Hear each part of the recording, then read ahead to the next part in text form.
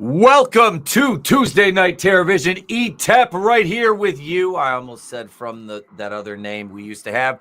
Wrestling with Horror. That's the name of the channel now. You'll have to forgive me. Senility has said, well, let's face it, at this point, it's just recreational drugs. But yeah, we're here this Tuesday. I've got Tyler and Tyler with me. Welcome, gentlemen. How's it going? It's going so well. Good to have you guys back. And Brandon from Smith's Grove will be here momentarily. We're awaiting him as we are reviewing the 2017 slasher horror gratuitous. Oh my god. This is a first time watch for you. Yeah, I've never seen Terrifier before, and watched it today for the first time. And yeah, I have, like I said off air, I've got a lot of notes.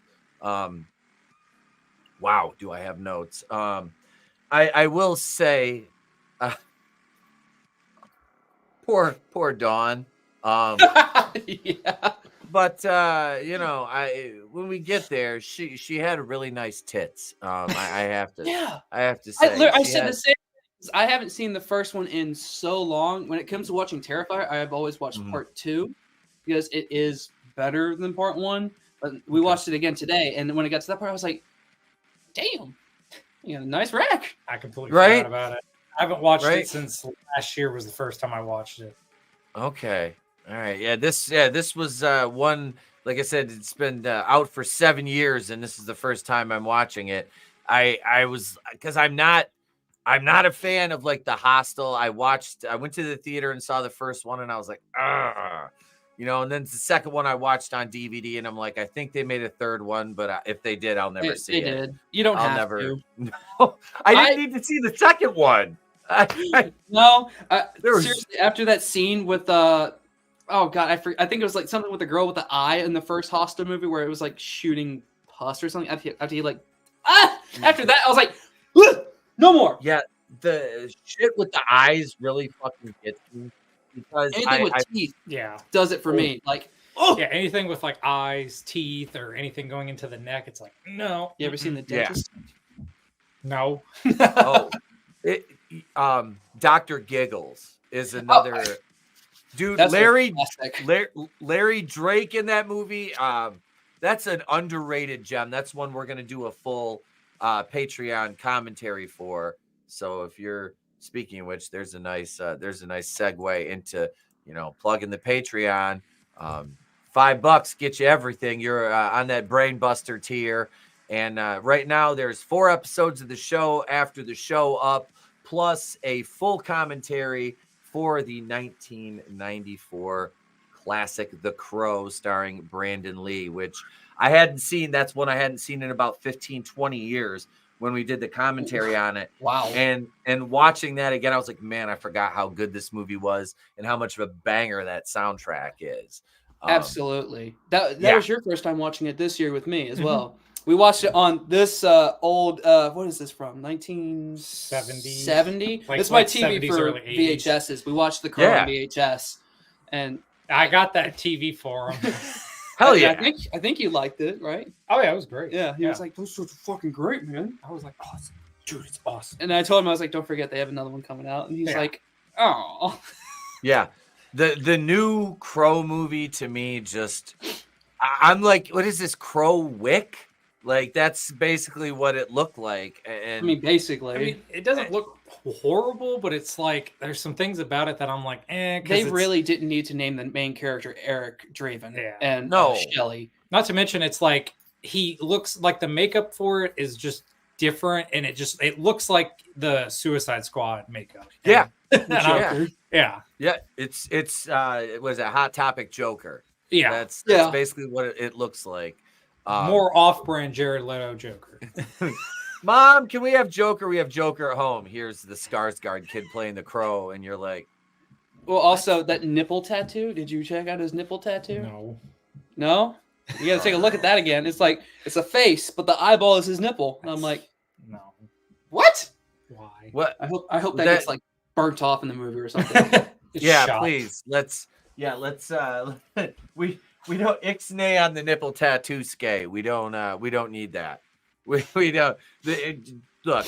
Yeah, there's so many reasons not to do things. Yet these producers are like, hey, you know what? Remember the Crow? Let's just no. You don't have the talent or the acumen to do that. So let's not do that. Let's not do the thing that you're not qualified to do, which is pretty much be creative in any way. I mean, it all comes down to money. It's just like, yep, absolutely. That's it. I feel like some people know who worked on the film. They're like, well, at least I get a paycheck for this piece of shit. I mean, excuse me, the actress who played Sarah in the first one, I know she like regarded on the movie, and she said it's an absolute absolute like spit on Brandon. I mean, I'd agree. Brandon's name, Brandon Lee. Brandon Lee. Yeah, she said it's just like it's just I just wrong. Don't get the idea. I'm not going to say she's wrong because I just don't get the idea of how you're going to get the dude to play Pennywise to now be the Crow. Well, he's great as Pennywise, so yeah. I'm like, as much as I'm shitting on it right now, I'm still going to go see it because I need to see. Well, I mean, I could also say, hey, I finally saw a Crow movie in the theater. Doesn't mean I liked it. Who knows? Maybe you'll be pleasantly surprised. I mean, they do bring to the theaters like an anniversary where they bring it back to the theater.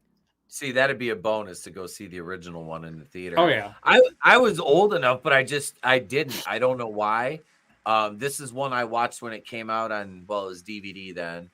Yeah, because you're talking 94. It came out 94, early 95 on disc. Oh, there were still VHSs then.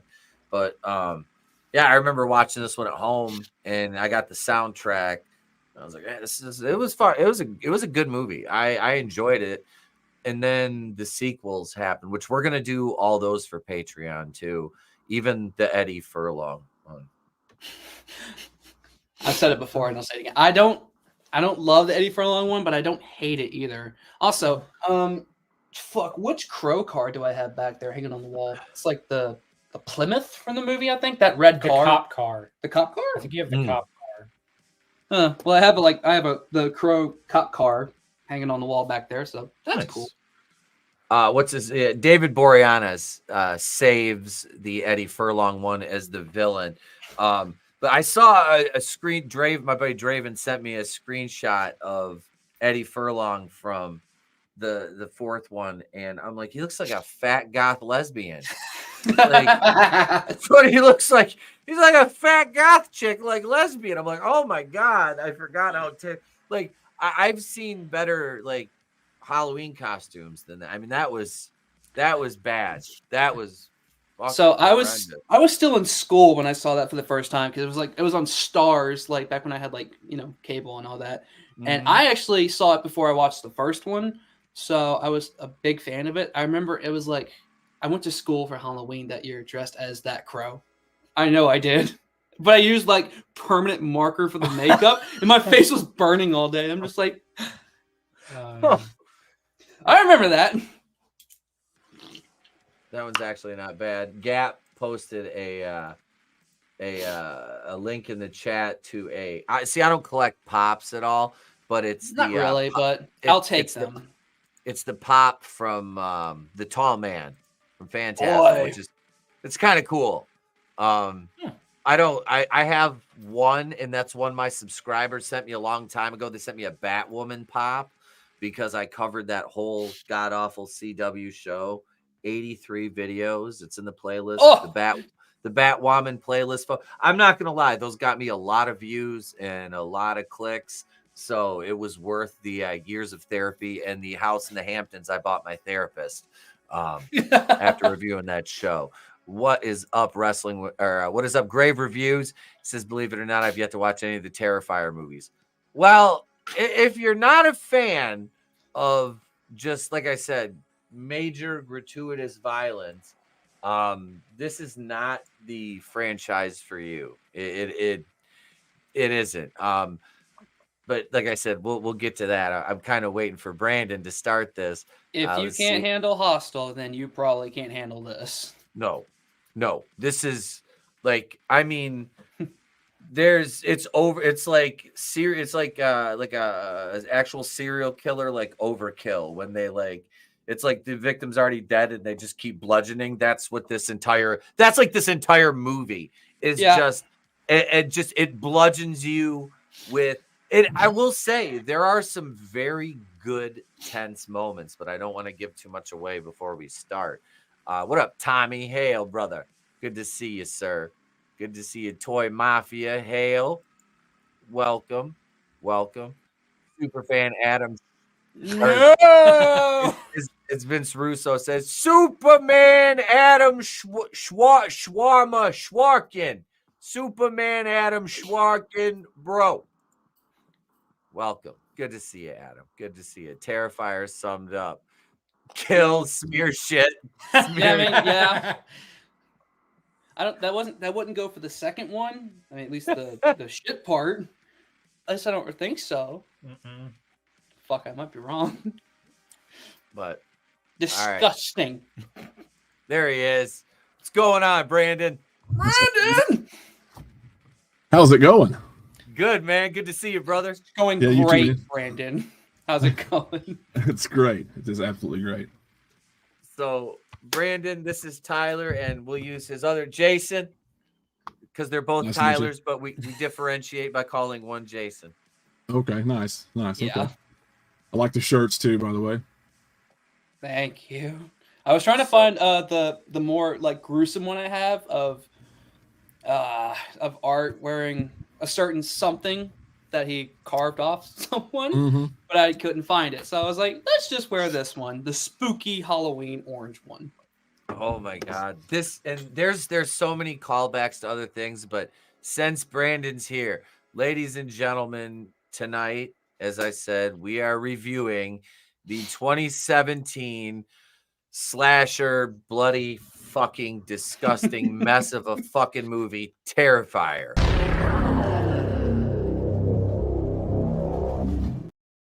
Holy fucking shit. Right from the word go. Like, they start out with the little TV, and I love the aesthetic of the opening. And this is from Damien Leone. The fuzzy newscast. You've got the very clear picture of Monica, I believe is the interviewer's name, and her Art's sole survivor. They don't name her, but she's horribly disfigured, and then they obscure her face throughout that sequence on the TV. And during this whole thing, we're seeing Art preparing his melee weapons, which, oh my God. I may comment on those too. He's got some fucking insane weapons, man. Very Nightmare on Elm Street-esque with the beginning, which I thought was kind of a cool homage. And I'm fairly certain that there's stuff that I missed. I'm going to go back and watch it again because I wanted to, not because I am masochistic, but that's another story. But the little nods and winks to other franchises, like I said, that beginning gave me a big Nightmare on Elm Street vibe.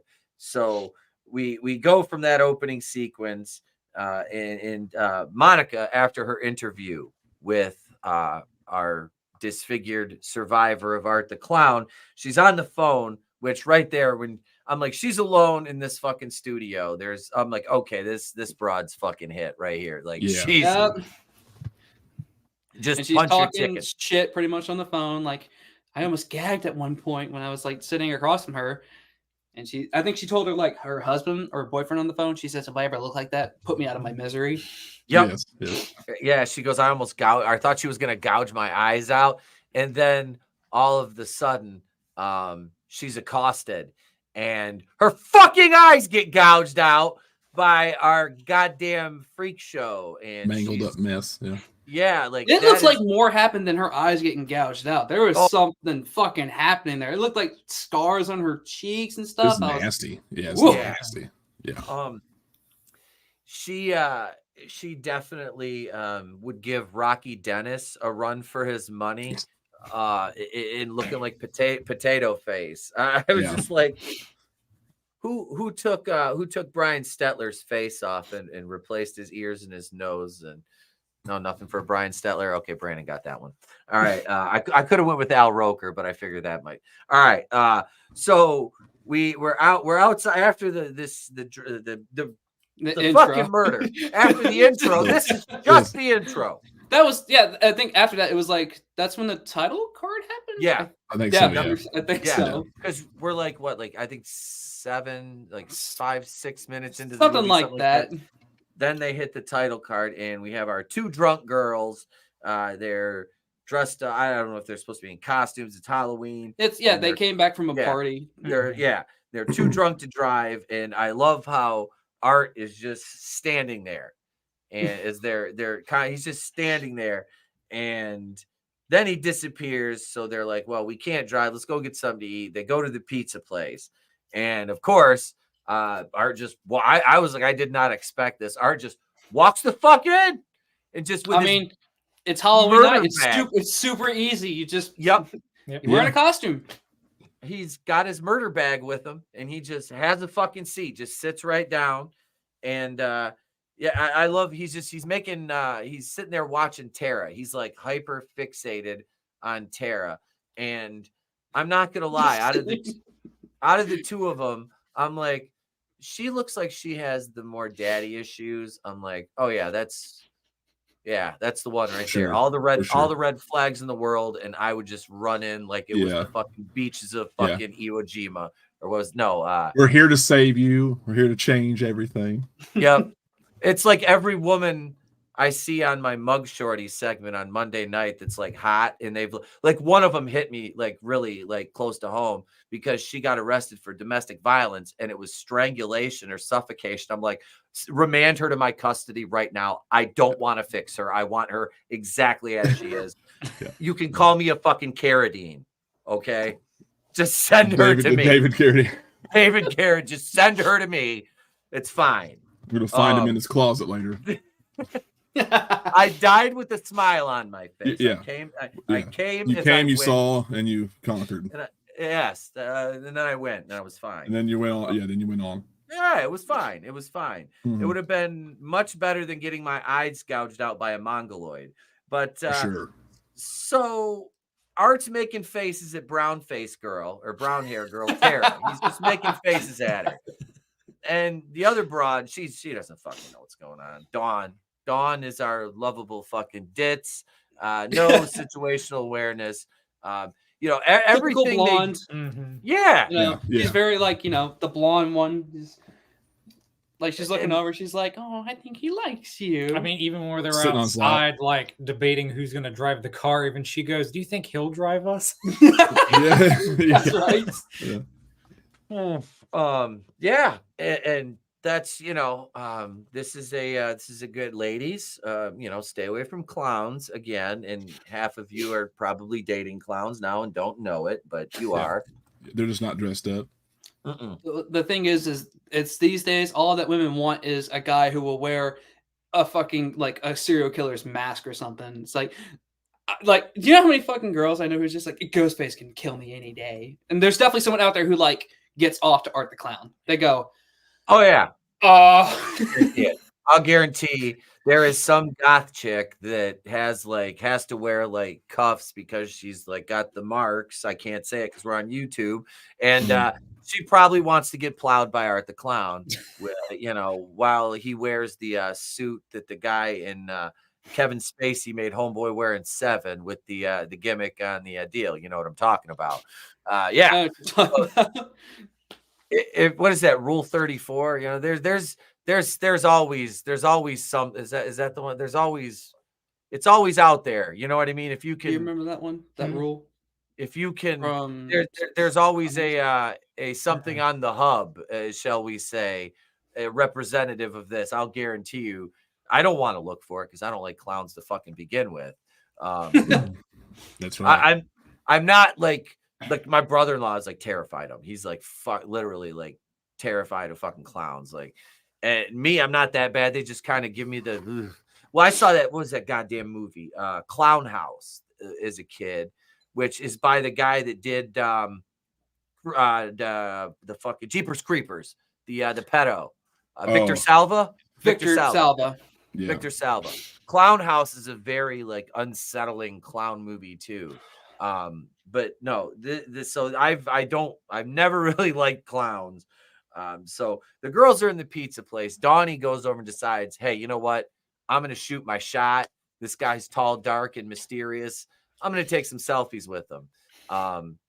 I was just waiting. I'm like, okay, so far we've only seen the one guy in the pizza place. We know there's one more guy in the back, and there's the two broads. I'm like, is he just gonna fucking go like full on, like, and just like hack her right here? Yeah, I was kind of waiting for it. I mean, he could have. He could have. Yeah, I was waiting for that to happen right there. I'm like, so you've got like cannon fodder for Tara. I figured Tara, right from the word go, I'm like, she's gonna be the final girl. I'm like, it made sense. It did. For her to be the final girl. It really did. And so we're in the pizza place. I can't remember the pizza guys. Was it Steve? Steve goes over and talks to Art, who ignores him. And Art goes and gets a gumball machine ring. And he goes over to Tara and he gets down on one knee and he puts the ring on her finger. She was not impressed. No, but Dawn was. She loved it. Yeah. Look at that. Well, how about before when she was on his lap and then she hits him with his hat? Yeah. Yeah.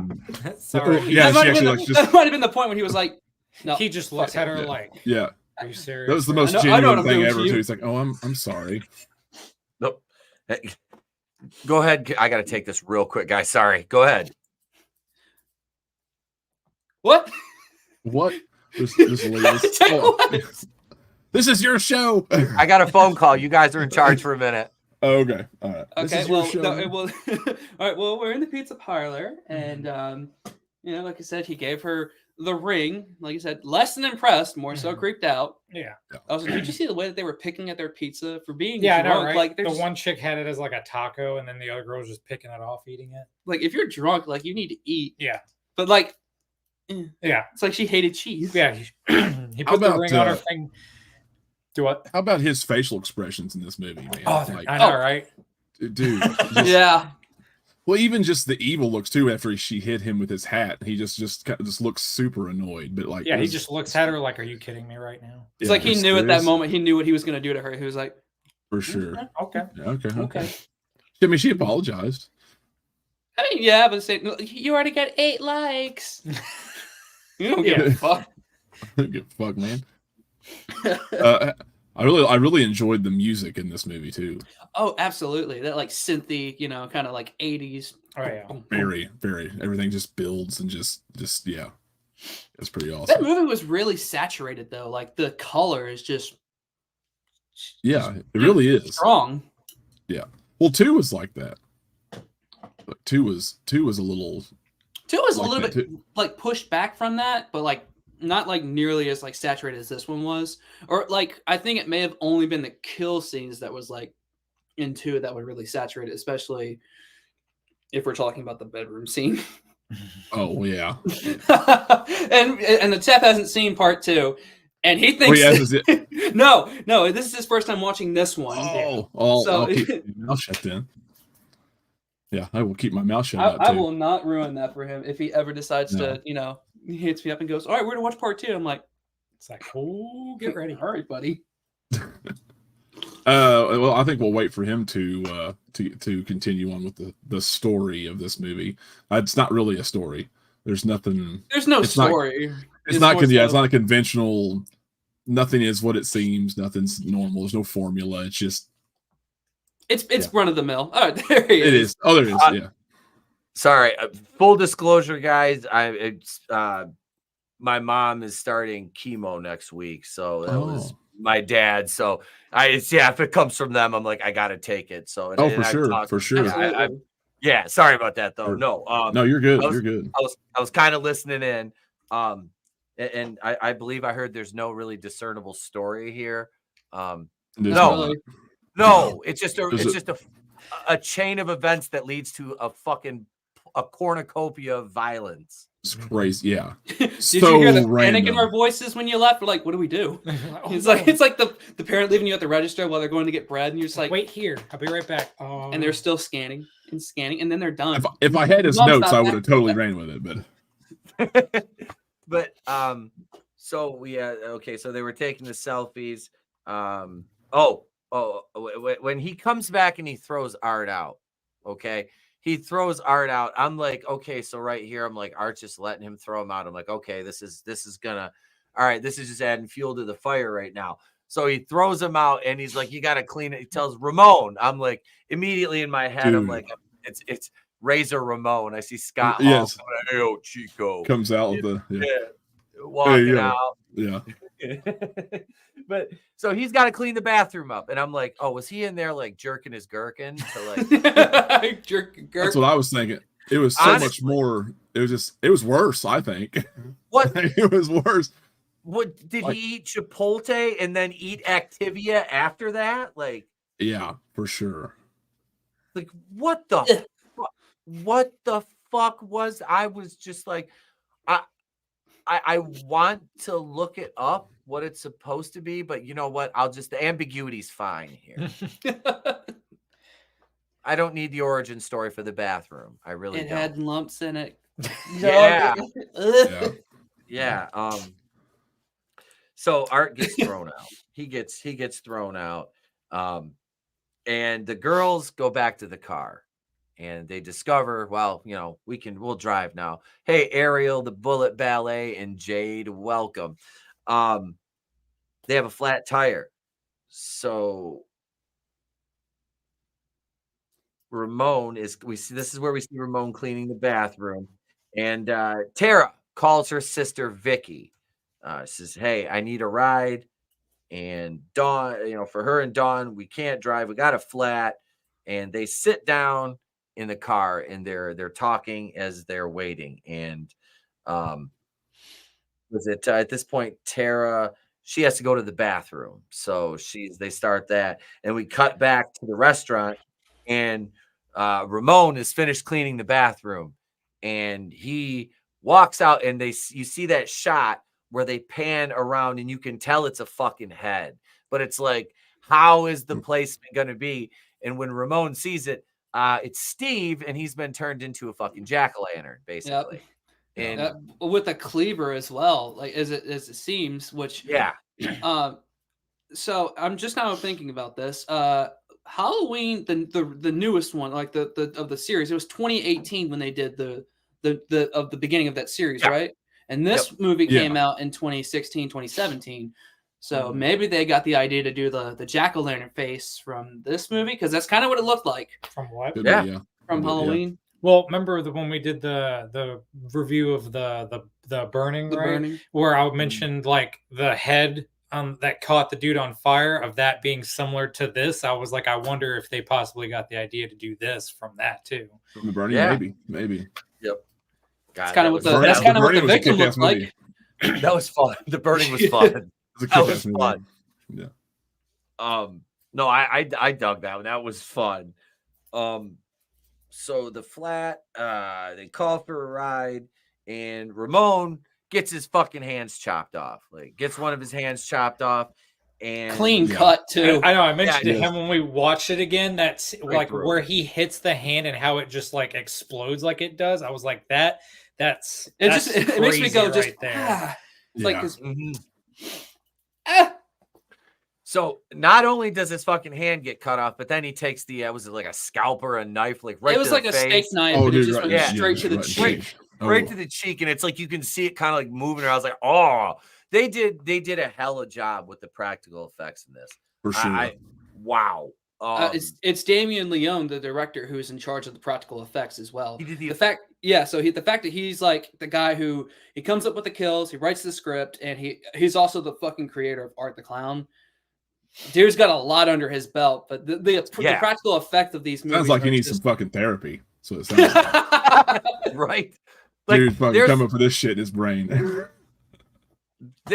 Why can't modern day women not know how to change a tire? You know what? Well, all they know is the spare tire was on the car, so they kind of couldn't. So they all they know is how to eat hot Cheetos and post on Instagram. I don't know. Yeah. Hot Cheetos, post on Instagram, clack their nails. Yeah.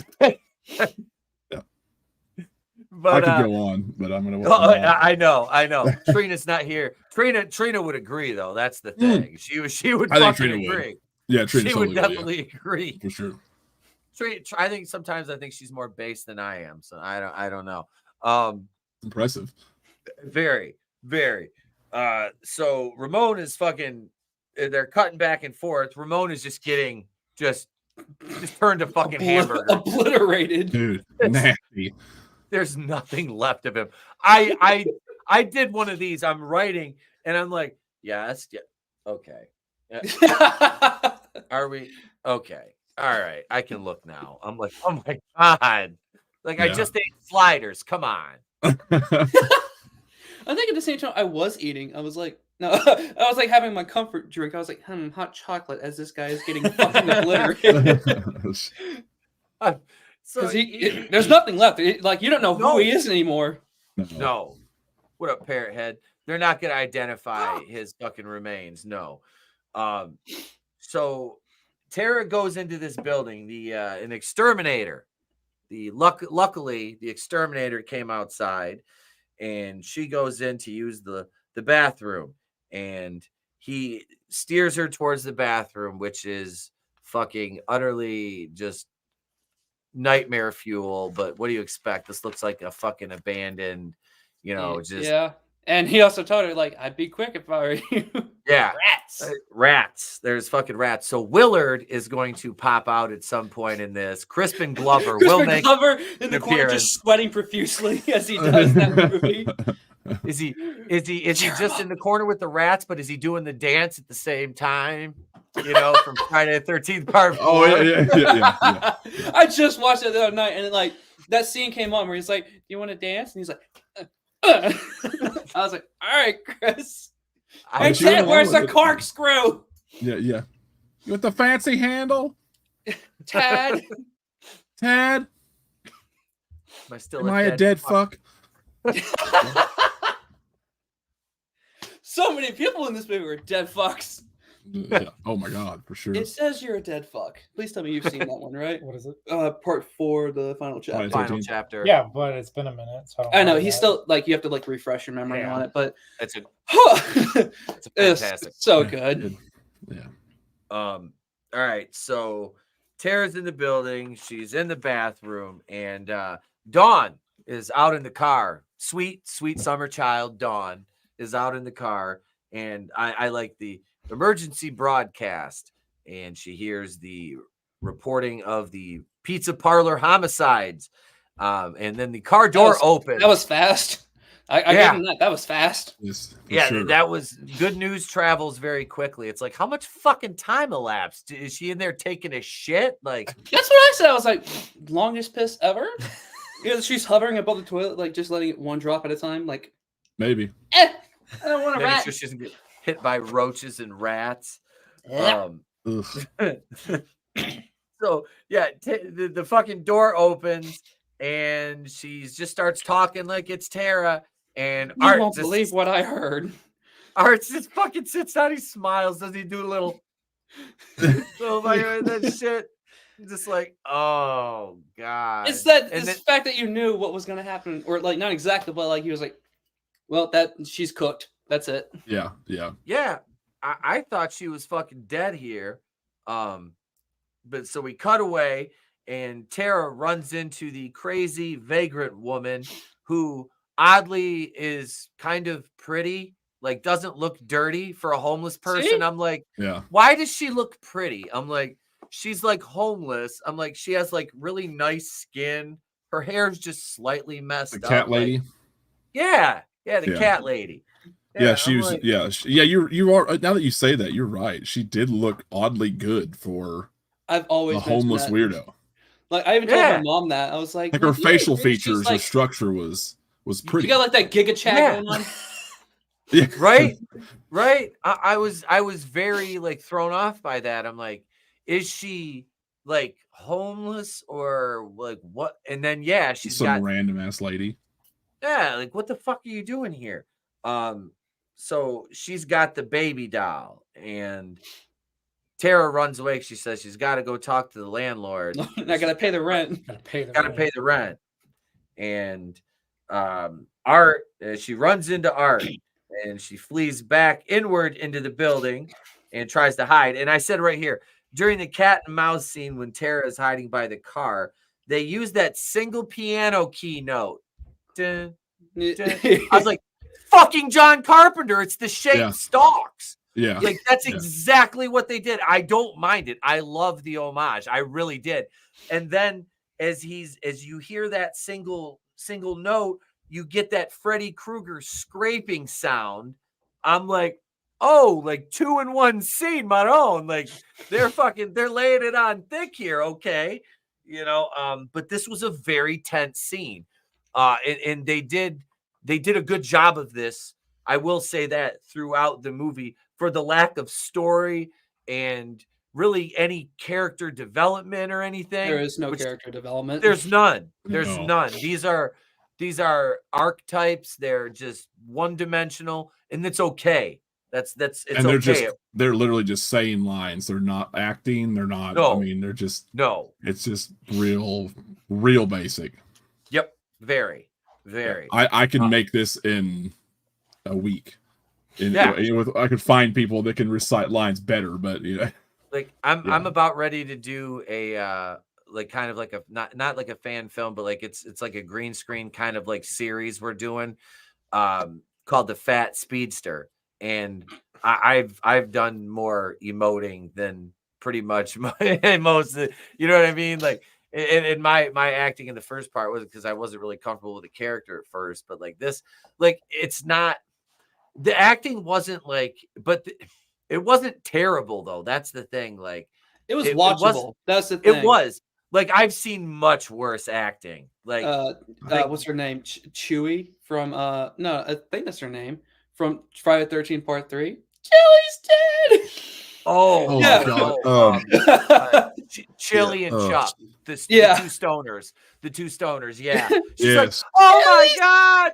Oh my God. Chili's dead. Oh my God. Oh my God. It just runs into that's like acting. You just like skip. And what's so great about that scene is too is Harry Manfredini played the score to her. Oh my God. And I guess there's cued with her screams. It fucking worked, dude. That worked. Fucking goddamn, I love Friday the 13th. Just I do. I love those so much. Just the first 8. That's all I need. I don't need anything else. I like the remake. I did. I love the remake. The 09 remake was good. I admitted in the stream we did on this. We did this on Going in Raw. Back in October of 2023, I said it was a whole episode. Like, was I too rough on it? I said certain aspects, yes, but I'll never concede that Jason is building traps and running and using electricity and shit like that. That was my main thing. I'm like, the whole, he was too much of Leatherface with that. Having the ability to build a tunnel system and all of that. I'm like, and I understand, like he had a hut in the Part 2, but he was still and he was still. He was just he was. It's not the same. It's not the same. No. Well, I know he didn't make the tunnels or anything. I know, like I've seen like so much of behind the scenes about this because when I come to when I'm like working on costumes, which I have my remake Jason Dunn standing right there watching me. I do a lot of research on this stuff, and I know they said that there was tunnels under the camp. So that's how everything works. I don't know why there is, but I do like the fact that Jason is a hunter in this one. That's like his thing. He's not just like a big mongoloid with a mask who's like, everywhere I look, there's a teenager. Yeah, they just come to him. He's a little bit smarter. He's like working. Yeah, he's scary. Oh, he definitely did. And that's one thing that I did appreciate is they gave him, I guess, agency, as it were, in that. Now we're talking about Friday the 13th. And one last thing, the fact that he sprints. Come on. Yes. Yeah, he full on sprinted when he was he was chasing a black guy. So I mean, he had to sprint. You have to. Yeah. And he's still gonna get outran. He threw an axe on a dead sprint too, like just stopped on a dime and then hit homeboy in the middle of the back. Like Yeah. I need to remix that and just do the Ricky from Boys in the Hood. Like, you should have been weaving, man. Like, come on, bro. Like, what are you doing? You never run in a straight line. No. All right, back to Terrifier. So I promise I didn't take any Xanax tonight, ladies and gentlemen. I'm just drinking for some reason because I had to watch this movie. I needed to drink. So yeah, cat and mouse. There's a lot of tension here, and Tara's ankle gets, and this made me cringe too, as somebody who suffered a lot of ankle injuries over the years. He just stabs and cuts her fucking ankles. Like, oh my god, he's just like, and she bitch slaps him twice. And she's get off me! Or like 3 or 4 times, and he's like, you're still like going. Oh, let me go. Yeah. Yeah. So he fucks her ankle right up. And then she sees the exterminator at the end of the hallway. We get upstairs. She sees the exterminator and she's yelling for him, but exterminator Mike has his headphones in and Art fucking grips her up around the face. And I'm like, okay, he's done way too much work to just off her here. Like, no. So you see the big needle come out and he just jams it into her neck and she's out. And cold. She just out cold. She wakes up and she's in the chair and she's got, her wrist pinned down and she's gagged. And Art's got his bag of melee weapons spread out there. And he's just right beside her looking and he's just like, yeah. Dude, the guy that played him, David Howard Thornton. Yeah. Fuck. Like, what? How did you do that? His motions, like just the way he moves was fucking awesome. Like I really even though I might not be like the hugest fan of this, I liked it. I did, and this guy fucking made the movie. The way he just his body language like was just it was freaky as fuck. Like he really he sold it and he made it really fucking unsettling. And the fact he's just a fucking twig too. He's just like super skinny. Yeah, he's got all this like. He doesn't even really need much strength. All he needs is a fucking knife, and then it's just like, oh well, fuck. Yep, he's a twig. Really, you could snap him in half if you were big enough, but that's it. He's not a big guy, not at all. Well, I mean, like height wise, I think he's like 6'2". No, 6'1". Yeah, 6'1". Well, something like that. He's probably what, like 170 pounds, something like that. I've met him in person, and nicest guy ever, big nerd, like, which is insane. And he even did like the faces with me out of like makeup, and I was just like, oh my fucking god, it's the same shit. It's hilarious. It's like, this guy, really? This is who played this character? It's like, this doesn't add up.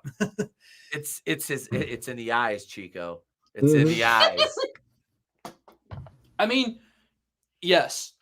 Honestly, when it comes to this, it's the eyes and it's like those teeth. Mm-hmm. That grin. No. Yep.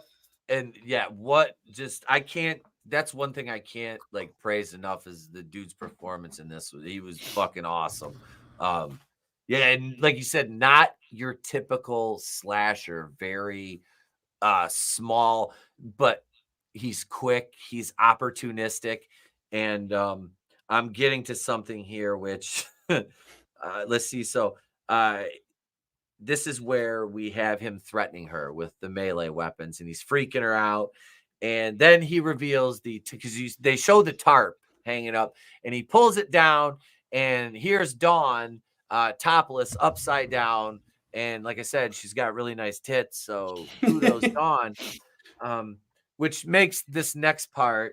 Art went full on crazy fucking Hungarian with a hacksaw and Harry Houdini'd the shit out of poor Dawn from her gash to her skull. And dude, rough. That was fucking another sharpest handsaw ever, dude. For sure. Do you realize the amount of strength that it would take with a hacksaw to cut through and I say this to somebody who's like gutted deer and cut them open and done the whole deal. Right. To do a human with a hacksaw like that, it's yeah. Wild. That's a yeah. And he went almost all the way through her skull. Almost. I mean, I think he could have if he kept going. Yeah. I like the fact he was like looking back at like Tara. She's like, you see this? I'm doing this for you, Ma. That's rough. That's brutal. And Tara, the whole time, Tara is just sitting back in her chair and she's giving him that look, and in her head, doesn't work for me, brother.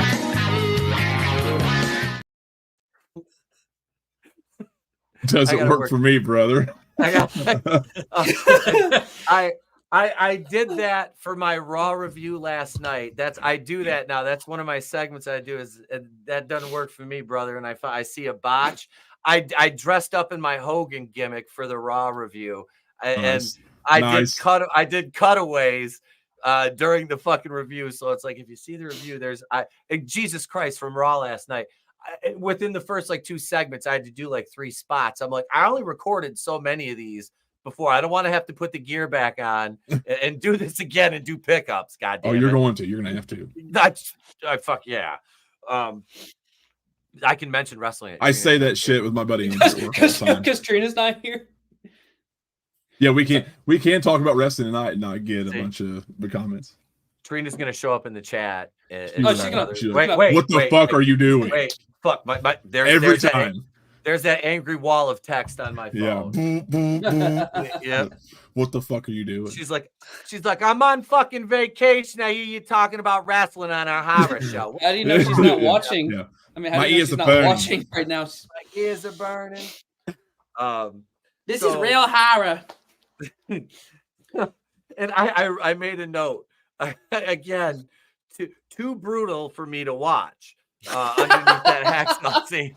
I turned away at a certain point. I'm like, all right, I get it. You're going all the way through. I get it. I'm not going to lie.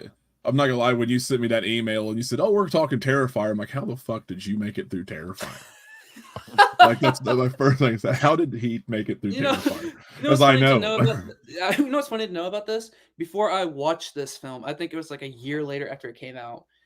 My mom and my sister, I'm talking like my 15-year-old sister, told me, they're like, "Yo, you need to watch this film," because they watched it like 6 times in a row one night together. That's crazy. Just my mom and my sister, like, you want something sick, dude? You need to watch this shit. And then I watched it one night with I think it was like high, and I was just like, oh fuck, dude. Especially that scene where he like is paused like this and then he jumps. That's when it like actually scared me. I was like, fuck, dude. This is some scary shit. Oh my lord. Like Brenda from Scary Movie. Scary shit. I'm gonna have a heart attack. I'm gonna finish chewing this edible.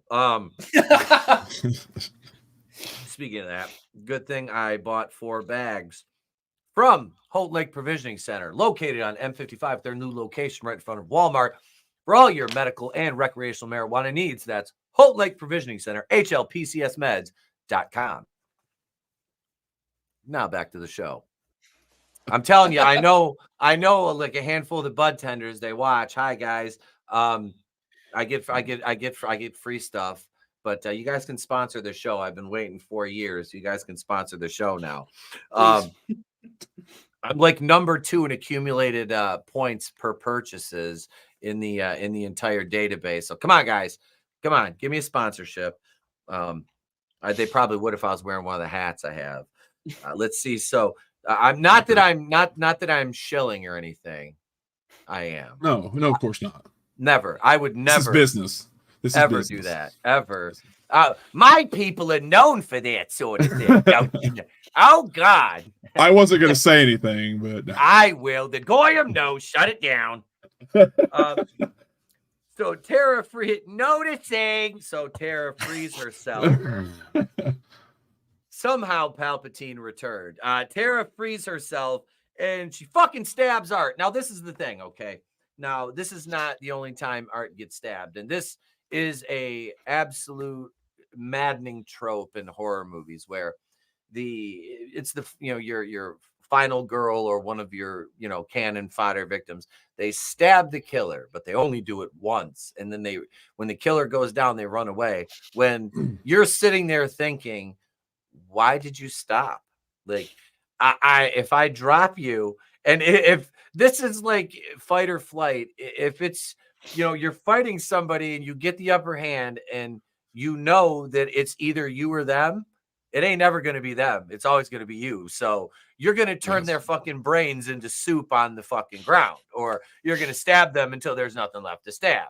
So she stabs him once and just fucking runs away after she watched him cut her fucking girl from fucking top, or from the gashed at her fucking top of her gray matter until it spilled out all over the floor.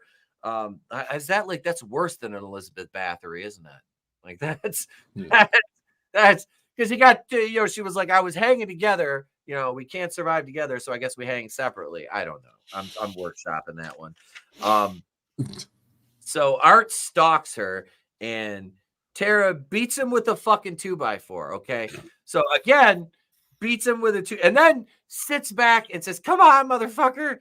Come on. Fucking the taunting that happens in almost he was every on horror. the ground, like beat his head in with the 2x4. Again. No, it's like, get up, yeah, bitch. Right. This is my time now.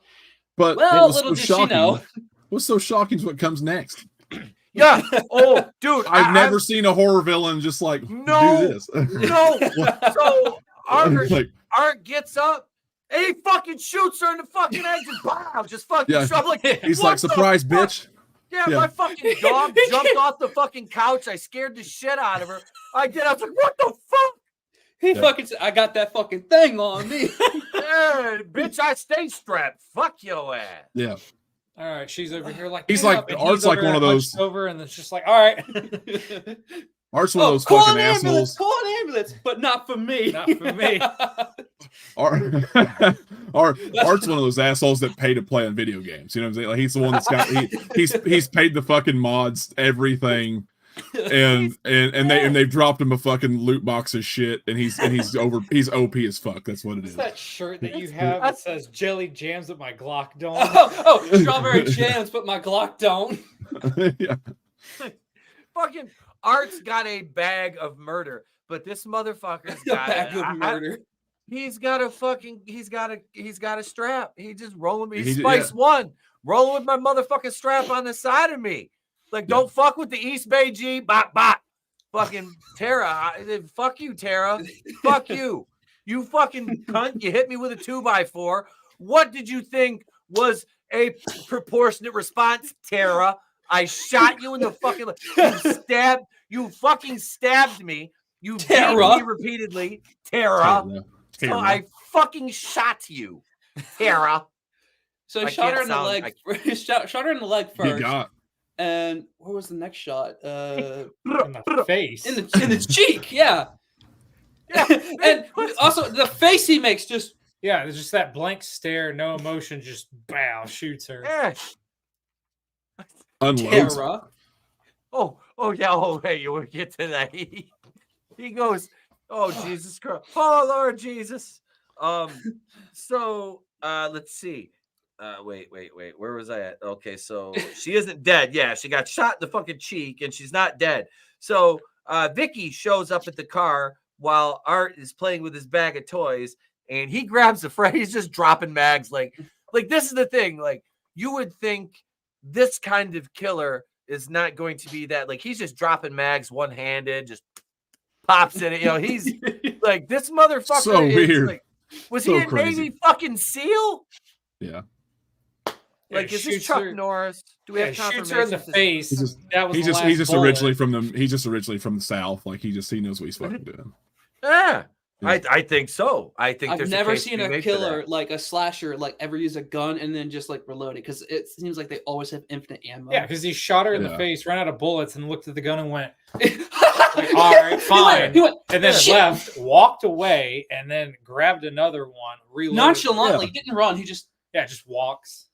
Yeah, because he knew she won't moving. Yeah. Did he already? No, he didn't eviscerate her face yet. No. So he texts Vicky back from Dawn's phone and says, Tara's sick, come around back. Oh, okay, right here. All right, look. You're in a creepy building, all right? You get this message. It's already late. It seems like a suspect fucking situation anyway. First thing I'm doing, 911. Fuck this. Like, at this point, if it dies, he dies. Like, if she's already dead, me going in there and getting deader is not going to help the situation at all. So I'm going to stay out here and stay alive and then avoid that situation. White people run right into the fucking trouble. I swear before Jesus and in the name all that is holy. Stop it, white people. White people, look, stop. Yeah, I'm not gonna stop a lot of white people from doing things. This is one of them. I gotta put my foot down. Yeah, I gotta stop this. Yeah. What's up, J Man? What up, J Man? Hail, brother. Yeah. So she gets the text message and he's standing over Tara. Now, mind you, Art is a fucking gangster. Art is this fucking Southside Crip. We've established he's a gangster. Art fucking walked up to the body doing that little fucking Crip walk shit, and he just just fucking unloads that fucking like Art, and he just unloads that fucking magazine into her face. Just you're rolling with the ART. Oh, let's not forget that he also took a selfie, like as like a callback with Dawn. Yes. Yeah, I forgot about that. Art took a selfie. Yeah, I wonder if he uploaded it. That was nice. That was nice of him. You got 8 likes already. You got nice. That was another movie they did that was Thanksgiving. They did that in Thanksgiving. Was the killer was uploading the picture? He was live streaming. He was live streaming it. Yeah, and putting it on Instagram or something. Instagram. So the cat lady saw this happen, and Art comes after the cat lady at this. Yeah, point. He looks at her and he just goes. Yeah, and she runs away. Yeah, don't run when you see the horror happening. Wait till the fucking killer sees you. Yeah, like white he people. was. Hashtag white people problems right there, man. Just stand around and wait to get noticed by this psycho fucking clown with a fucking handgun that he knows how to use and he doesn't seem to miss. Right? Like we haven't fucking such a Art's been stabbed and had the fuck kicked out of him. This is why I think this motherfucker is a Navy SEAL. He's down on the ground, got his ass beat, got stabbed, and just gets up, boom, right to the leg. Like straight shot, like not a kill shot, but a shot to just disable her. And that leg shot, he fucking like Western that shit. He went, yeah. Yeah, he turned into Frank Castle all of a sudden. Just wow. It's my family. Yeah, it's my family. Art's fucking gangster. You seriously, dude. He is. So the exterminator is in the unfortunate position. Mike the exterminator, and he gets a hammer to the fucking forehead. And he's out for just trying to fucking bomb the building. That's all he was trying to do. Guy probably well, that crazy lady at first, runs up to him and is like, "You gotta help. There's been he's like, "Get the fuck away from me! Get away from me!" Yeah, but she also tells him what's happening, and he says, "The fuck are you talking about?" Yeah, right. Like, so I just told you. Yeah, he pushes her away, runs away. Why does he look like the lead singer of Disturbed? We said he looked like Billy Corgan from Smashing Pumpkins. Yeah, kinda. He's out there giving away free NWA tickets before he goes. There's a lot of rats in this movie. I'm still just a rat in it. All right. Give me a second. All right. I need a piece of gum. So now I'm good. All right. Vicky's wandering around. Still just Art in a cage. Vicky Valancourt is wandering around. Vicky Valancourt, Jesus Christ, what is that? The water. Vicky Valancourt. My mama said Vicky Valancourt. She showed me her boobies, and I liked them too. Vicky Valancourt is the devil. You stay away from that girl. You stay away from her. Bobby Boucher. Baba Booey. Baba Booey. Howard Stern's penis. Baba Booey. So Vicky's wandering around the garage, and the homeless lady looks to the baby doll. And spoiler alert, Art has the fucking baby doll.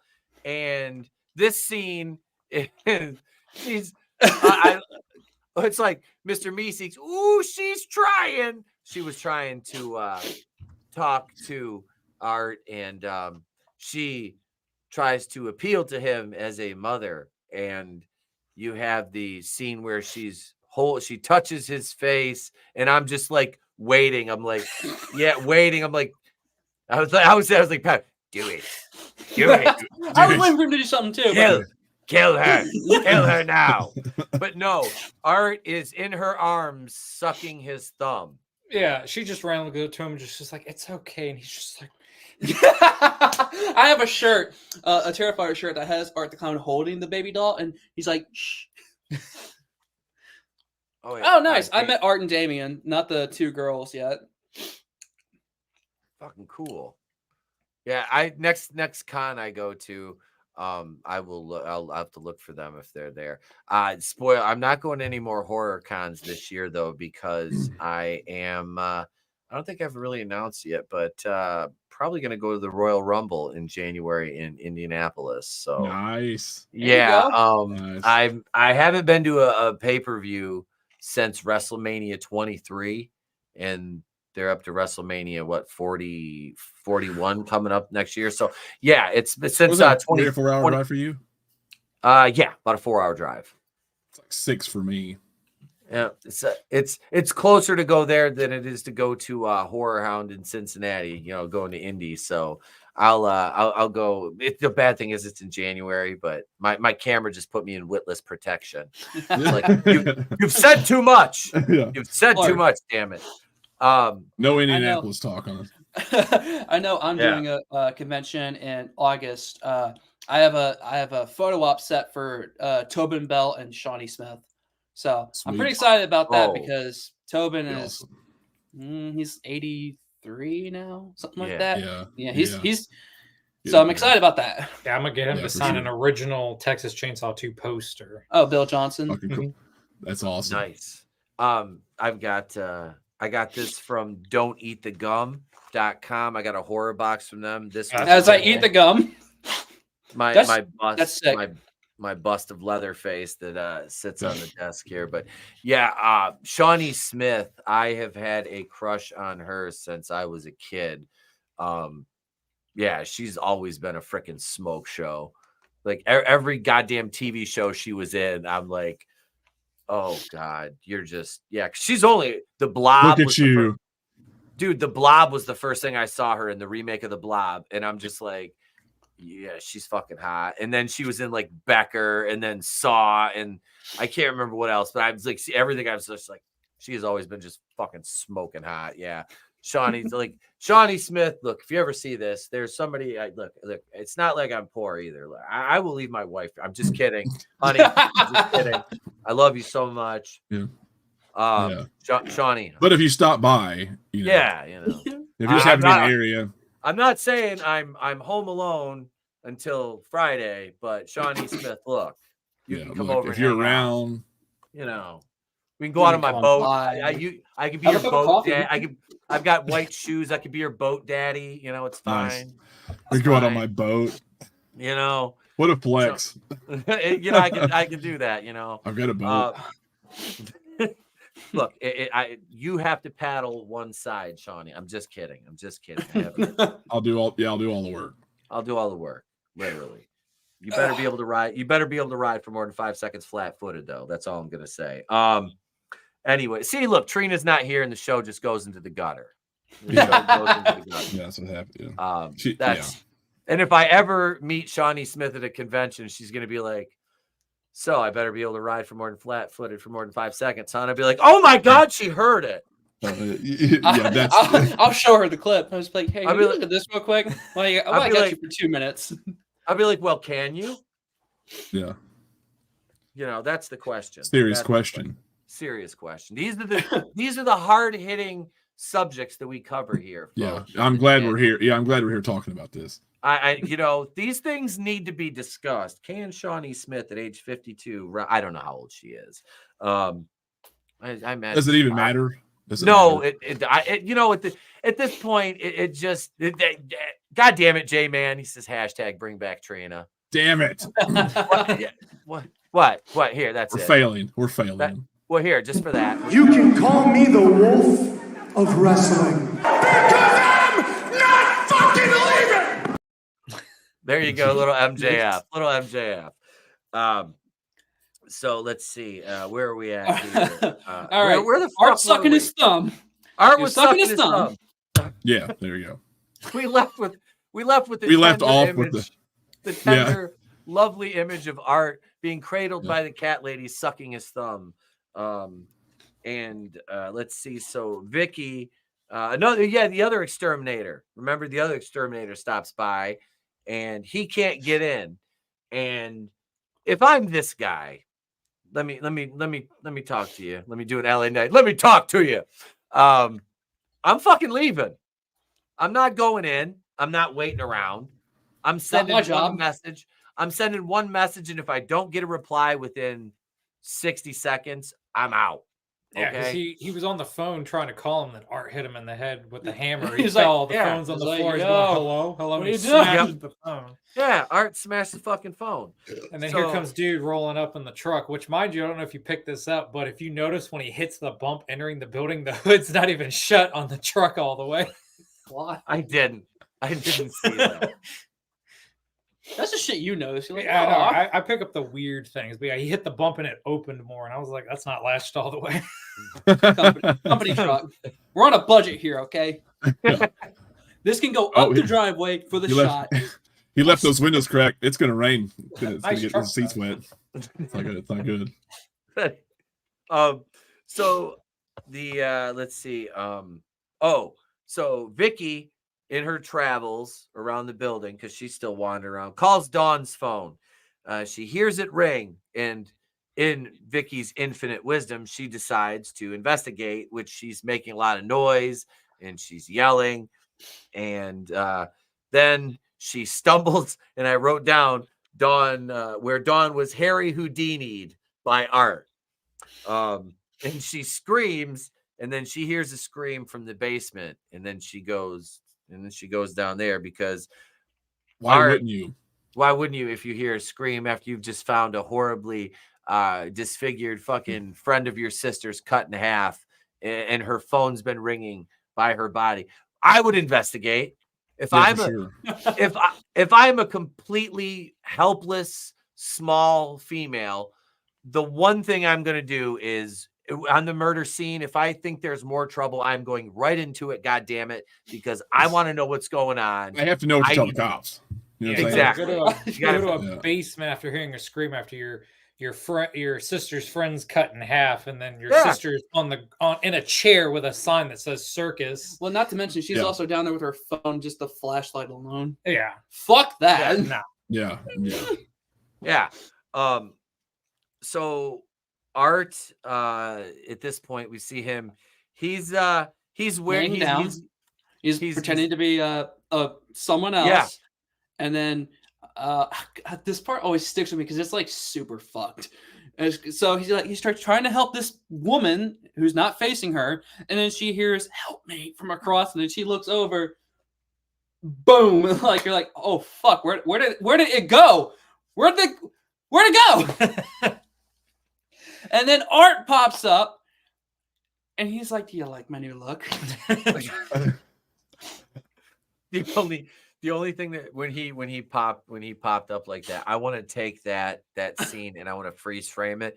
And Brandon, you probably remember that song by RuPaul, that word, turn to the left, word, turn to the right, and hit different shots of Art with that playing in the background just at that moment right there. Him walking, like brushing the hair back, just yes. Like This is the weirdest L'Oreal commercial I've ever seen. Oh my god. Maybe he's born with it. Maybe it's Maybelline. Oh, Art in the skin suit. I'm still trying to figure out if he had her like crotch area on him or not, or if that was just him. Did he cut off a gash? Did he cut off, man? I don't know. This is like because you don't see but so much, but Art's like Art. Wait, Art, fuck me. Art, fuck me. Art, fuck me. So hard. Odd. At least at that moment, he was like super slow. He was just like flaunting at it. Mm-hmm. Which at that point, I would have just fucking taken the chance and leave because. How do you can't even fight him at that point? How do you fight somebody wearing a skin suit with tits hanging out? Like, how the fuck do you fight somebody like? It's like fighting a naked dude with his dick swinging out. It's like you're trying to square up. You're like, have you seen those videos on the internet and them dropping their fucking pants right before they antagonize a guy? Let's go. And then he fucking drops his pants and he's in a thong. Whoa, shit! And then it's usually some big like black guy, and then the black guys run off because the dude's dick swinging out, his ass is out. Yeah, and they're like, nah. No, we ain't fighting. Nope, I ain't fighting somebody with the shit all swinging out. Nope, ain't happening. No. We ain't in a prison shower. I'm not. It's not that kind of fight. Weird I'm not shit, fighting man. to keep you It's off weird me. Shit. Nope. No. Nothing more alpha than a swift cock to the face. That's right. No, it's like in the what was it in the Dickie Dine show where they were talking about the one dude that's like, if you're trying to fight some dude while he's jerking off, it's the most alpha thing ever. Can you imagine? It's like, what are you doing? I'm like, I'm gonna win this. Have a great night, Jay, man. Yeah, we'll be reviewing part 2 on the show. Probably I'm not gonna make Trina watch that one. That might be for Patreon. We might get this crew together and do that one for Patreon. So we can watch the whole movie and just and these guys can talk through it while I watch it for the first time. Terrifier 2 is 2 hours and 12 minutes. It's a long slasher. Yeah, it's over 2 hours. They really went fucking balls out with that one because this was an hour and 24 minutes, 84 minutes, fucking sweet spot right there. Oh yeah, for sure. But yeah, so yeah, we'll be doing. We'll talk off air about that after the show. 2 hours and 18 minutes. Holy fucking! That's a fucking. That's insane. That's a big runtime for a slasher, especially one with literally zero story. Just zero. Just carnage. Candy carnage. Yep, that's all this is. Is just it's a showcase for your special effects, which that is one, and we'll get to that at the end because that's one thing that I absolutely give this movie all the credit in the world for is the effects. Yeah. Because they're fucking awesome. Art is so we got the skin suit, the exterminator number 2. I said he almost survives, but he decides to look for the spare key and he finds one. And then I said he walks into his impending death. And Vicky's still upstairs at this point trying to get away. So the second exterminator finds the doll. This is where he finds the doll. And he gets brained here. And he has his head clean cut the fuck off. That's like one of the greatest decapitations I've seen in a horror film because it's not just really took the time with one. He's Yeah. holding it and he's fucking going at it, and guys still going. I looked away at first, and then I stopped it, and then I stopped it and said, "All right, old man, you can do this. You can do this." And I rewound it, and I sat there and I watched it, and I was fucking so impressed. I'm just like, "Oh man." And I'm a fan of decapitations. That is kind of one of my favorites in the slasher genre. And yeah, that was a fucking just. And then he kicks the fucking head. He sets it down and he boots it. I'm like, he looks at the head.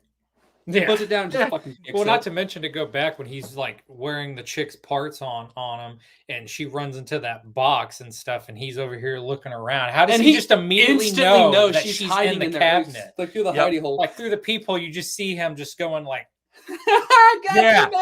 And then he like disappears, comes back, and just violently shakes the cab. I said it would have been so fucked up if he put his dick through that hole. Oh my!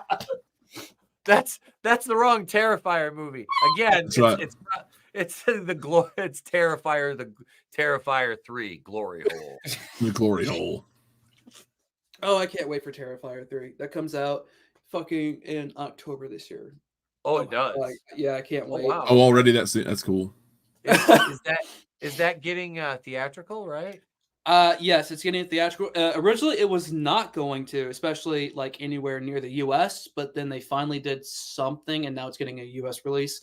I think I'm gonna have to go all the way to that one. It's like an hour away from me. I have to go to a midnight showing, like I did with Terrifier 2, which was the greatest movie experience I ever saw at midnight. That would be cool. I'll have to drive. I'll guarantee you, I'll have to drive at least an hour to see this one, because there is no way my local theater gets this in a million years. No. None of my theaters are going to get it here. No, not the next town over, or none of this. I'll have to go to like probably Mount Pleasant, which is like it's like a university city, like a university town.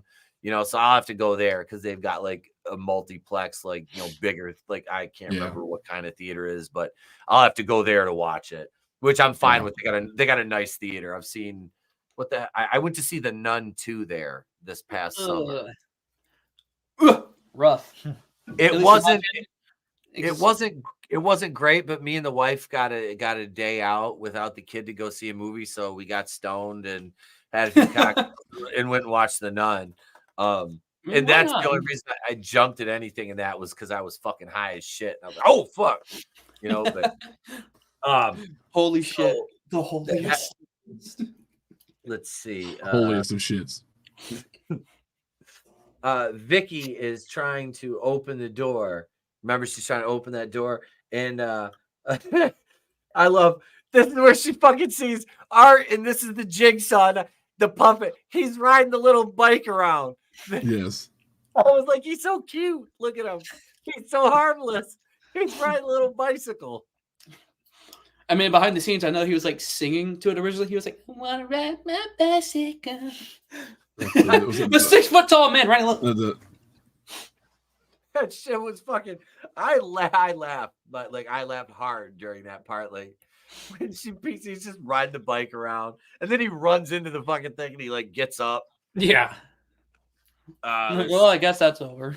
He crashes, gets back on. He's like, "All right, I'm out of here." He just pieces out at that point. He's like, fuck this shit. He does it like the Leprechaun does it. The fucking just fast motions his way out of the fucking. Ugh, yeah. Man, we just reviewed Leprechaun. I think a couple months ago. I hadn't seen it in years. What a trash ass movie that is! Like I've never seen. Like it's funny. It's funny in a way, but my God. Yeah. No, it's bad. Like the first. It's one just it's fucking bad. well, it's just so mediocre. Like it's forgettable. Like even for like a comedy horror, there's just nothing. Like there's so bad it's good, and then there's good, and then there's this where it just kind of just sits there. Just sits there to me. Now, what would you watch again? Leprechaun or Velocipaster? Leprechaun. I can't. You know what I mean? Yeah, I was angry. Like towards the end of, I was like, "Is this motherfucker over yet? Like, is this?" Yeah. Ooh, I was fucking. Oh. There's been a few for our Warehouse B show, and I'm like, man, this is fucking rough to get through. Yep, rough. Night Beast was rough. Like, god damn, it was rough. I haven't seen that one. Don't even worry about it. I think Talk to Me was a little rough for me to get through because after a while it just became like the same shit. And like during the last like 30 minutes, I was just like, I haven't seen that one. Talk to Me. You haven't seen that one yet? Mm-mm. That just came out, didn't it? Not too recently, but yeah, it came out this year. Okay. It's got the fucking hand on the cover. All right. Okay, yeah, I'll have to check that one out. I'll have to, because I'm pretty sure I can get a hold of that. So let's see. So Arturo tries to suffocate Vicky. This is okay. Now Vicky right here, Vicky impressed me because he's trying to suffocate her with the plastic, right? And normally when you see somebody get the plastic treatment in a movie, they don't do the thing that you're automatically programmed to think to do when something's covering your nose, your mouth. And that's go to your nose, your mouth with your hands and rip that thing away, which is a thin sheet of plastic, which Vicky does. And it saves her. And then she grabs a spike, and I think this is the third time. She stabs him in the foot. Yes. Yep. Also, did you see his face when she tore it? He looked at it. He was like, "What? No fucking way!" He's like, "What? What are you?" Yeah, that is a meme unto itself. Like, I want somebody to look at me like Art looked at the ripped plastic bag. Like, I do. Like, he was just enthralled with that. Like, how did she rip that in half? Yeah. Then she stabs him in the foot, and then, like he mentioned earlier when we watched it, he was like, the fact that Art didn't make a single noise when he got stabbed, he was just like, every injury he got, he's just like, nothing, no noise. Yeah, because he's been stabbed 3 times at this point and been beaten repeatedly with a 2x4, and he hasn't made a sound, not one. And then Vicky runs away, and then he just gives the bitch. And this is where she finds Tara's staged corpse and stops to cry as Arthur 2 on the rocks cuts her up with this is the most wicked weapon in the entire movie. And it's like, I was like, is this a mace at first? But no. It's like several bladed weapons on chains attached to it's surgical scissors, it's scalpels, it's a fucking on like a ring of some kind, and ropes all attached, and he's just that's like one of the sickest weapons I've ever seen someone use. Yeah, he cut the fuck out of her with that thing. But let's see. So she's saved by Mike, Exterminator #1, who fucking KOs Art, one-shots him again, but like everybody else that is hit Art or stabbed Art, he just stops when he hits Art once and drops him. No double tap. Nope, no double tap. None at all. It's, breaking a cardinal rule. So they go and lock themselves in a room, call 911, and they make a run for it. But Art finally exterminates our guy Mike as Vicky is trapped trying to break the lock. And Art eviscerates Mike's skull to a degree that, I mean, what did you guys think of this scene? This was probably one of the most brutal ones in the entire movie. I mean, at first I thought it was going to stop when he was like using his foot. Like, I thought it was just going to be like a couple of kicks in. Fuck no. Nope.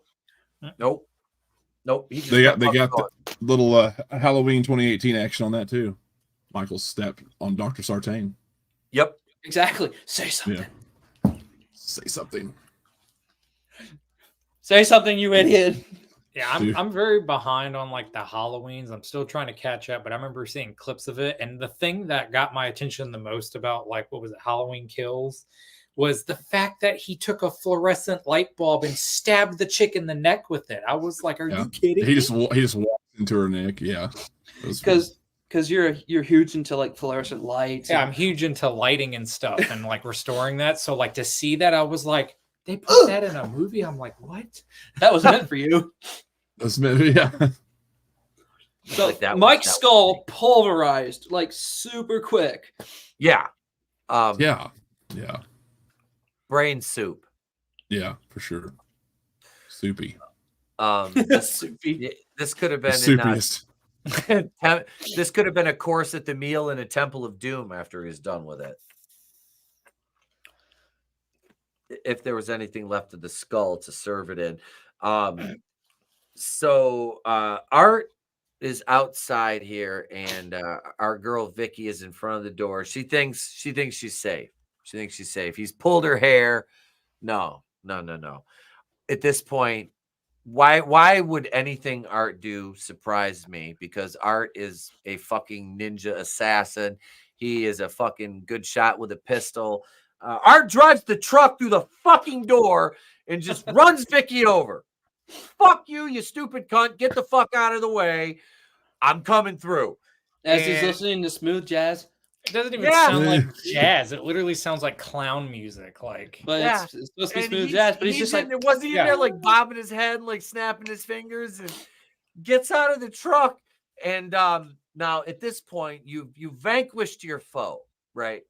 And the only rational thing to do once you have vanquished your foe is to, of course, dine on their flesh, right? I mean, yeah, absolutely.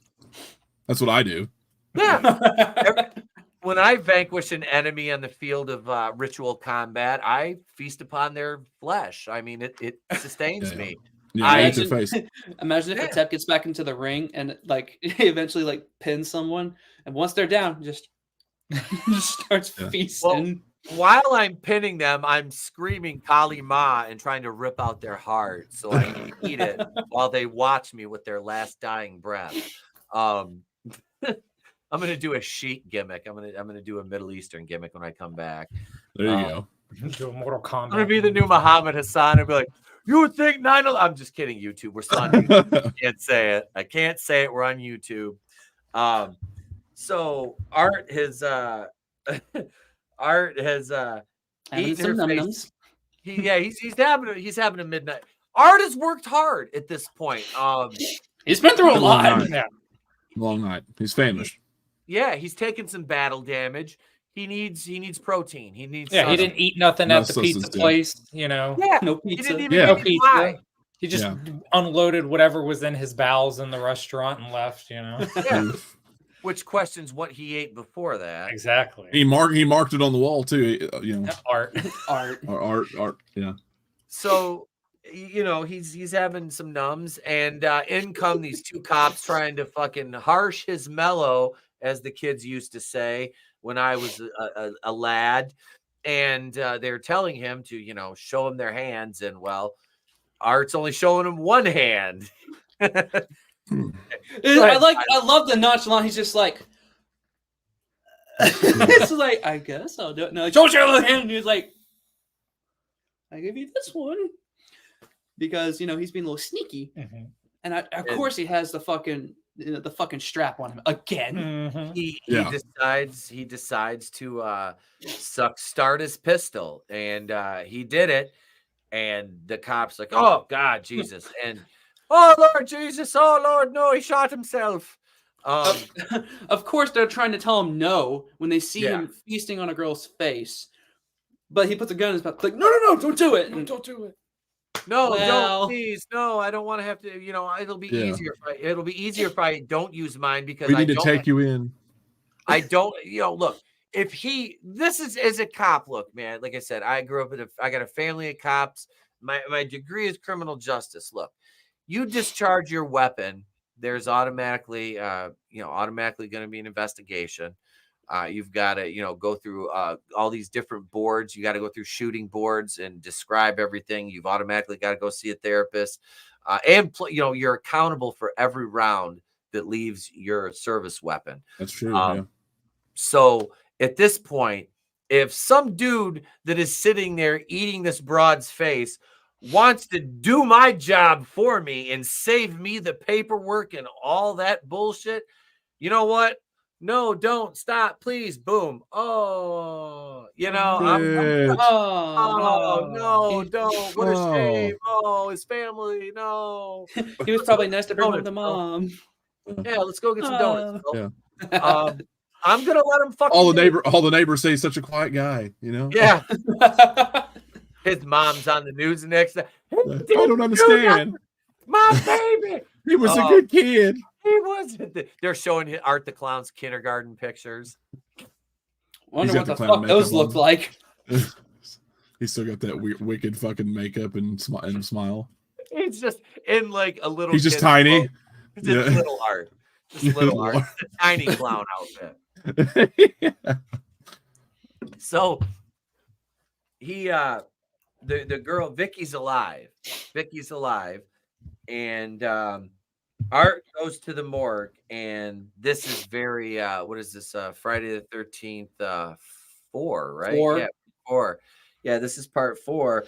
And Yeah, the coroners, they sign off on everything, and he makes a joke, hey, give me some with bacon, lots of bacon. Of course, there's always going to be that coroner who's like, man, I'm like starving while I'm cutting up some bodies. And there's always a coroner who's like, give me something. Stereotypical weird corner, yes. Give me something with some bacon. Yeah. I thought you were watching your cholesterol. I'm watching it go up. You're going to eat that? Oh, hell yeah. We just watched the Tales from the Crypt episode with the mortuary where the Undertaker and the doctor were in boots, and they were poisoning people. And it's the bad guy from Fear the Walking Dead that played the cult leader in later seasons. I can't think of the actor's name. He was he was the bad executive in Scrooged. He plays a really good swarmy heel. But yeah. That just kind of made me think of that with the mortuary thing, but no. So Art, he's like, oh, this is the guy over here. This is the this is the killer. This is the guy. Killer. Oh shit! So let's see. He opens it up, and Art's like, yeah, and and the guy's like, just staring at him. Like at that point, I would have just zipped it back up. Like, all right. And then the fucking lights go haywire. Yeah, that shit. Okay, like you guys are gonna have to like explain this to me, and I'll do a Michael Scott. Explain it to me like I'm 5. Is this supposed to be something supernatural at this point? Because we haven't really got any supernatural anything throughout this movie. Honestly, I would say no. I think me and Brandon are still kind of lost, like because we've seen both parts and still kind of lost on what's happening with Art. I don't know why they did that, but I think it was more so just leaving it open for potential for another sequel. It kind of makes sense when you watch part 2, kind of what he is. I mean, yeah, a little bit. So we got Etep's got to get on that. Yeah. But all still, right. I still don't kind of know. Yeah, I didn't know if you guys like had any kind of inclination to that because I was like, is this like supernatural? Because like I assumed he was alive. Obviously, I'm like, because there's a 2, and I know there's a 3 coming out, so. I was just kind of confused because it seemed out of place. Not that there was like a flicker of the lights, but it went on and it was purposely like almost leading you towards like to believe it was something's like that's the first impression I get when something like that happens. It's like supernatural. Either that or Brandon, I thought the Wyatt 6 was going to show up. I was waiting. I was like, is Uncle Howdy there? Yeah. But no, I mean, I didn't hate it, but it was kind of jarring. But then, Art comes up and he does the fucking, Kane and he sits there, Undertaker, and, slap to he choked the guy that he's like choking him out. And you hear that. And it's off screen. And then it like pans out of also the fucking weirdest looking like morgue I've ever seen. It looked like it was in a fucking cave. I was like, right? Where are we? Yeah. We're underground right now. I'm like, what the fuck kind of hallway is this? Like, where is this morgue? Like, isn't that supposed to be like a city hospital or something? Like, that's really like, hey, we got to put the morgue over in Phil's basement. We have too many boxes in the basement of the hospital where the morgue's supposed to be. So it's over at Phil's house. It's Eamon and 5th.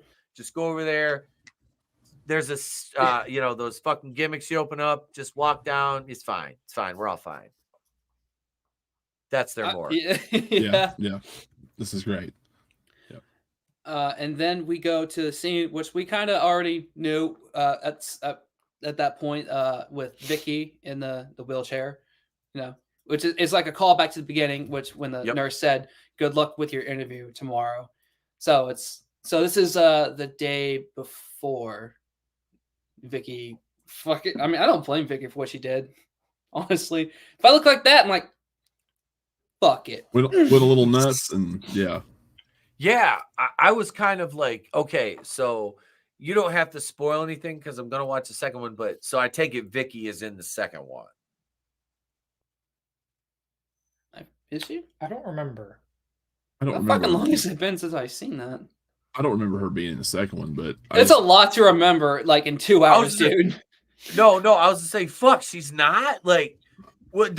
What the fuck? Like that really doesn't. I want to say, I mean, does 2 even really have much to do with? It's just another set of random shit, isn't it? It's just more random. For the most part, random. I mean, there's still a little bit story when it comes to. Is there connectivity to the first? Like, I don't remember it. Maybe it's been so long since I've seen the second one. I think they kind of show flashbacks at the beginning of it. I think kind of something like that. Well, yeah. I want to know what the fuck happens if Vicky's crazy ass now. I mean, I fucking forget, dude. Like I said, it's a 2-hour movie. That's a lot to remember.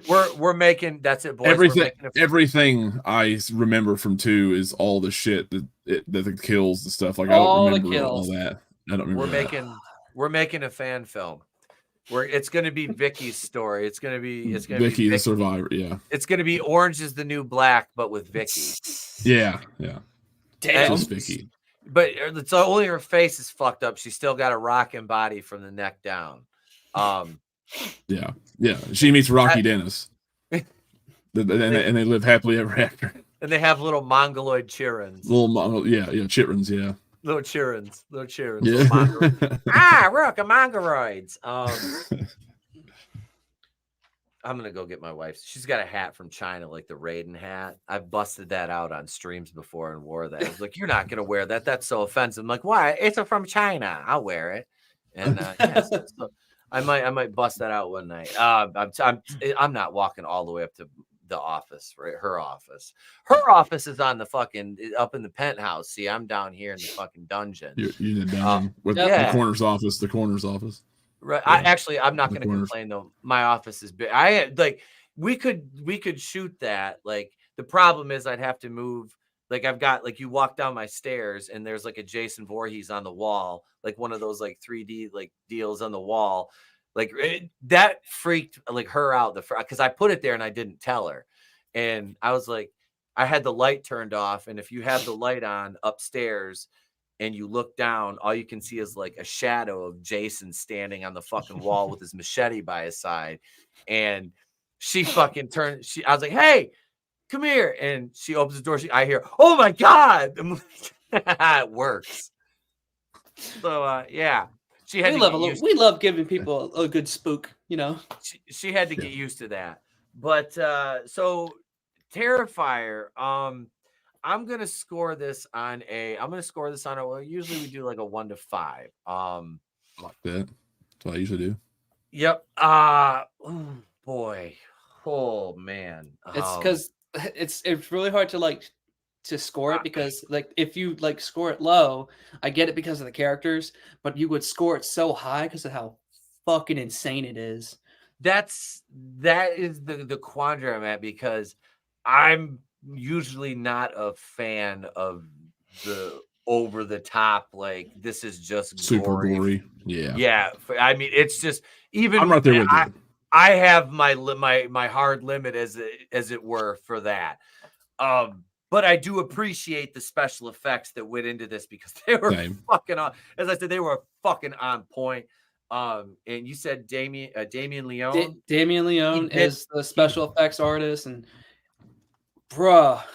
I mean, so I know he also did 2 more films before Terrifier that they both have Art the Clown, but it's like you don't need to watch those to understand Terrifier because they're like almost they're nothing like Terrifier. No. It's like he's like a side character in those first 2. It's the Nice Circle and then it's All Hallows Eve. I have those. I think I have both of those. I got, and I haven't checked them out yet. So I wanted to check them out just for the hell of it. Because I was talking to Jay, man, and he was like, yeah, he goes, you don't really have to watch those. They're just kind of like extra. But so I got him anyway, just because I was like, I've got all the other 2. So it's like, fuck it, I might as well have the whole deal. So, yep. Also, I don't know if this is happening in y'all and your Walmart in your area, but do you know they're actually like selling Terrifier 2 on VHS at our Walmart? So I'm gonna pick up one hopefully soon because that'd be great for a video. I've got Oh. a pretty good VHS collection and a working VCR still. So yeah, if they have one, because I bought some my kid and I like the Stranger Things stuff. So like I bought the soundtrack. I have the vinyl because I listen to a lot of vinyl, but I have like a couple of the soundtracks on vinyl. And then I got one on cassette because my 85 Delta, I've got a cassette player in it. So I like to I play my cassette, and I still have all my cassettes from high school, but that's because I'm a fucking hoarder. What up, Joseph Santos? I would tip one, but I already my cup doth runneth empty, which I needed after this movie, my brother. But good to see you, sir. Yeah, Gap's got the VHS. I like that. So on this one, it's a difficult one to score. Like I said, special effects are on point. Dude that played Art was fucking amazing. I have no qualms about saying it. His performance was fucking amazing. And some people might look at that statement and say that's a little bit much. No. Didn't make a sound. Didn't make a sound. Didn't make a sound through the whole movie. That was fucking awesome. Like, and conveyed a wide range of emotion through movement and eyes and facial. Yeah, with the mask on, fucking dude was great. That was awesome. I appreciate that. Negatives for me, like I said, really no story. Your characters are just cardboard cutouts for the most part. Movie's bonkers insane. On a 5 scale, normally I would say like a 2 to 2.5. I mean, that's like a 50%. But the way I have to look at this is I'm not giving this a 2.5 because I didn't like it. I'm giving it a 2.5 because that's the best I got for the positives in it. It's a gory fucking fun movie. That's it. If you're a fan of like over the top gore for the sake of it, you'll fucking love it. If not, probably not going to be for you. But this is a really cool original character. That's another thing I really appreciate is did Damien Leone came up with this character. I mean, this is fuck. It's original. So I give him credit for that. And he's turned it into a franchise now. Mm-hmm. So and like I said earlier, it's so fucking insane that it's no Jason X. That's right, Godzilla. It ain't Jason X, But the fact it's like such a small like film in the beginning of when it was like released for next to nothing budget, and now it is everywhere. Mm-hmm. The fact that eventually Walmart will be carrying the VHS. I mean, it carried the Steelbook. Yeah. You can go to Hot Topic right now and get a shirt with the art wearing a woman's tits. Yeah. That's one of the shirts that I have is him wearing that woman's scalp and breasts. I mean, and I think you owe it. I think they owe it to the character of Art just because it's so memorable. I mean, because the movie is kind of like what Etep said. I agree with you pretty much on everything, Etep. It's hard to make it's hard to give a really fair review on it because you have to look at it in such a different way. But I think you owe a lot of it just to the imagery and Art the Clown. It's hard not to. They managed to make another horror icon. I know. Yeah. Even though the movies aren't like really that great. No, the character of Art alone, like the fact like that he just slid into the cast of like all the slashers, and he fits so well that like he's like up on the fucking food chain with me, like when it comes to slashers. Oh yeah. Like he's insane. I agree to that honestly, because when was the last time on the Mount Rushmore of slashers that you had a new character that you could put up there? I mean, you got your Jason, your Freddy, your Michael Myers, Pinhead, and I mean, Art fits in up there. Candyman. I don't ever consider it like, I know a lot of people say like Ghostface is their favorite, but I don't consider that a killer. I think it's just someone in a mask, and because it's not the same person, ever. Iconic look, yes, absolutely. I mean, it's back here. But there's always something better than Ghostface. And I'll take Art the Clown over Ghostface. My opinion. Yeah. It's not, I mean, I get it, actually. I really like Ghostface, but I mean, you make really good points, actually. You make really good points. It's not the same person. Yeah. I don't dislike Ghostface. Like I said, I'm a big fan of Scream. The original Scream movie, I really liked it. I haven't seen any of them past 3. Kudos to the stab poster behind you too. I love that. Oh, thanks. He actually gave that to me. Nice. But no, I did. I dug Scream. You know, it's a good movie. But yeah, I see what you're saying about how Ghostface. It isn't. It's not the same person. But yeah, I could easily put Art on the Mount Rushmore of slashers. Just after this, like not even taking into consideration there's a second and a third one on the way.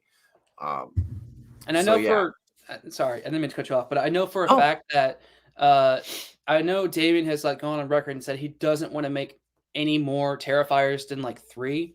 I know he only wants to make 3 because he doesn't want it to be like another Friday the 13th franchise where it just goes on and on. I mean, like for all we know, like in the future, someone could be like, now hear me out. Art the Clown in the hood. Art the Clown in space. Art could do well in the hood. Art is a fucking good shot with a pistol. He's not aiming. That's true. He's not aiming his gat sideways, yo. Dude, he'd be a better shot than all of them. Yeah, for sure. They're trying to throw the bullets, and Art's like just sitting back, like pop. Art knows how to shoot. He uses. And even if he got hit, it wouldn't make shit anyway. I mean, let's be honest. Look at Art the Clown X. Art the Clown X. Oh, but like, could you imagine? Like, you know, Uber Jason from Jason X? Imagine Uber Art the Clown. Oh, God. I mean, it sounds like fucking insane. You imagine that? I know, right? Art got repaired. That's unique. Art wearing nanobites. Nanobites prepared Art. I can't believe the actual budget for this thing. I didn't realize how small it was. I knew it was small.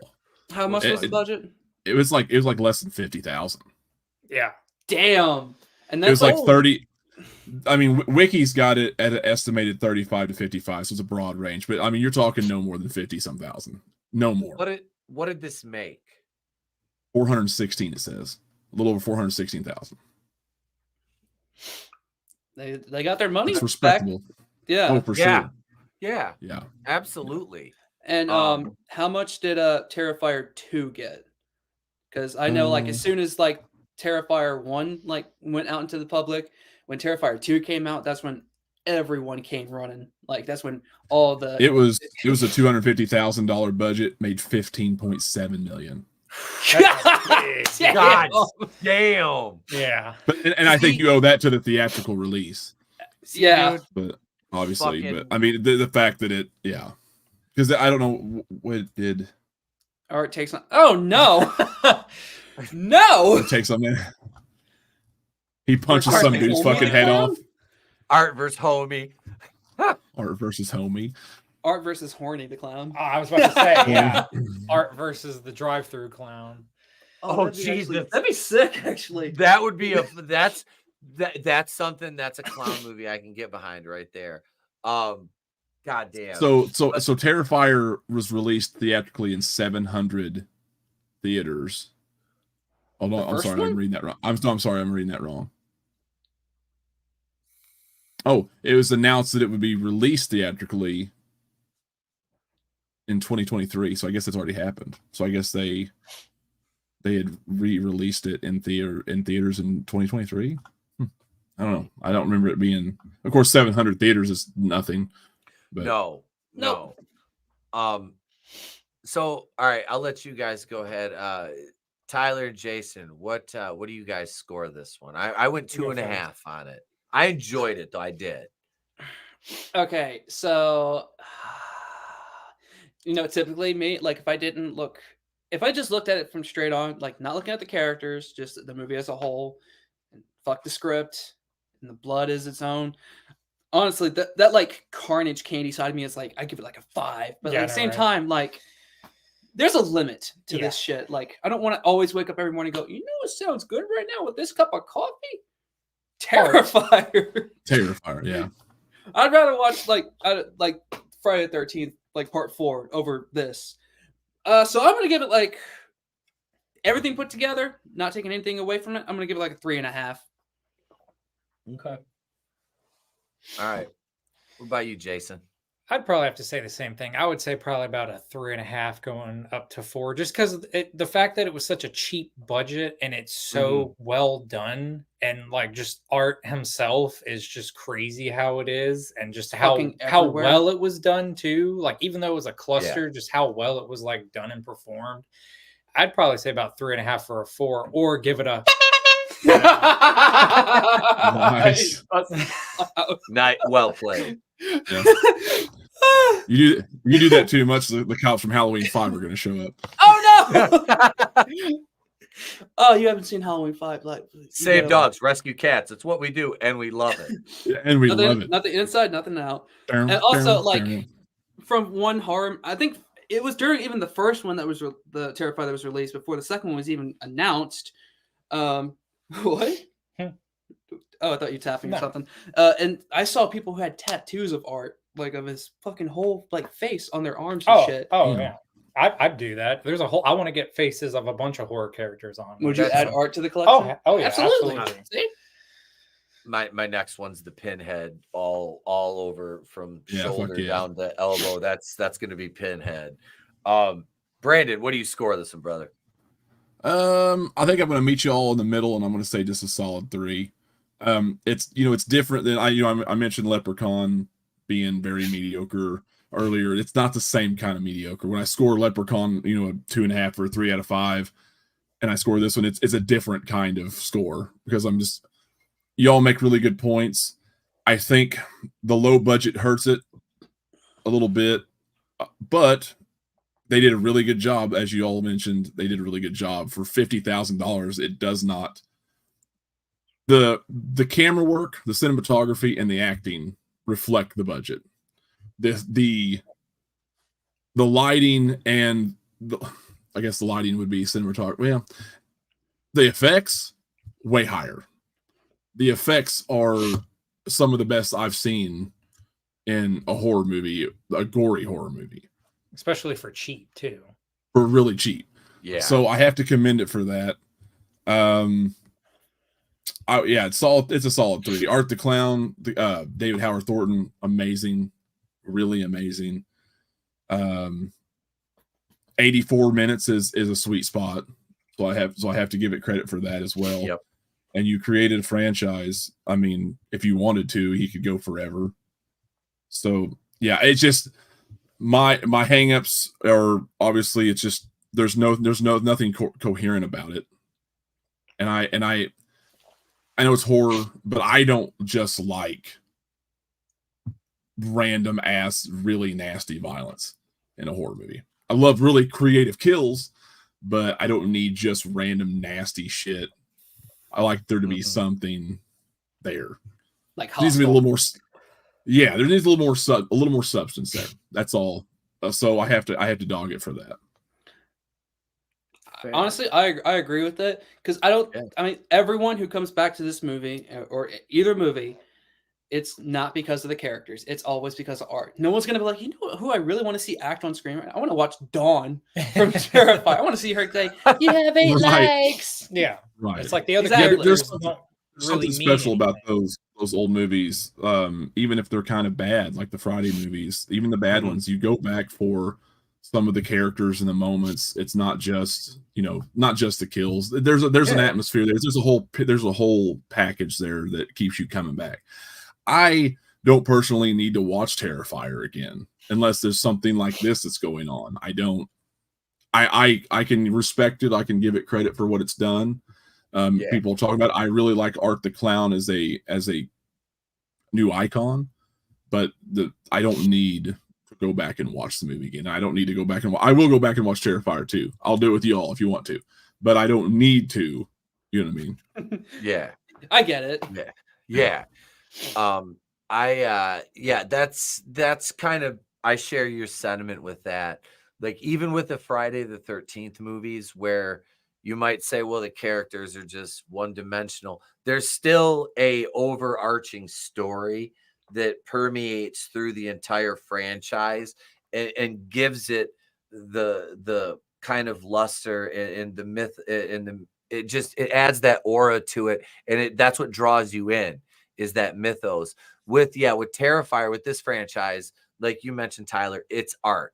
There's now the actress that plays Tara. I mean, like, look, I've seen Dawn's tits. I'm not gonna lie, Tara. I'm gonna seek out this actress and see if there's any nudes out there.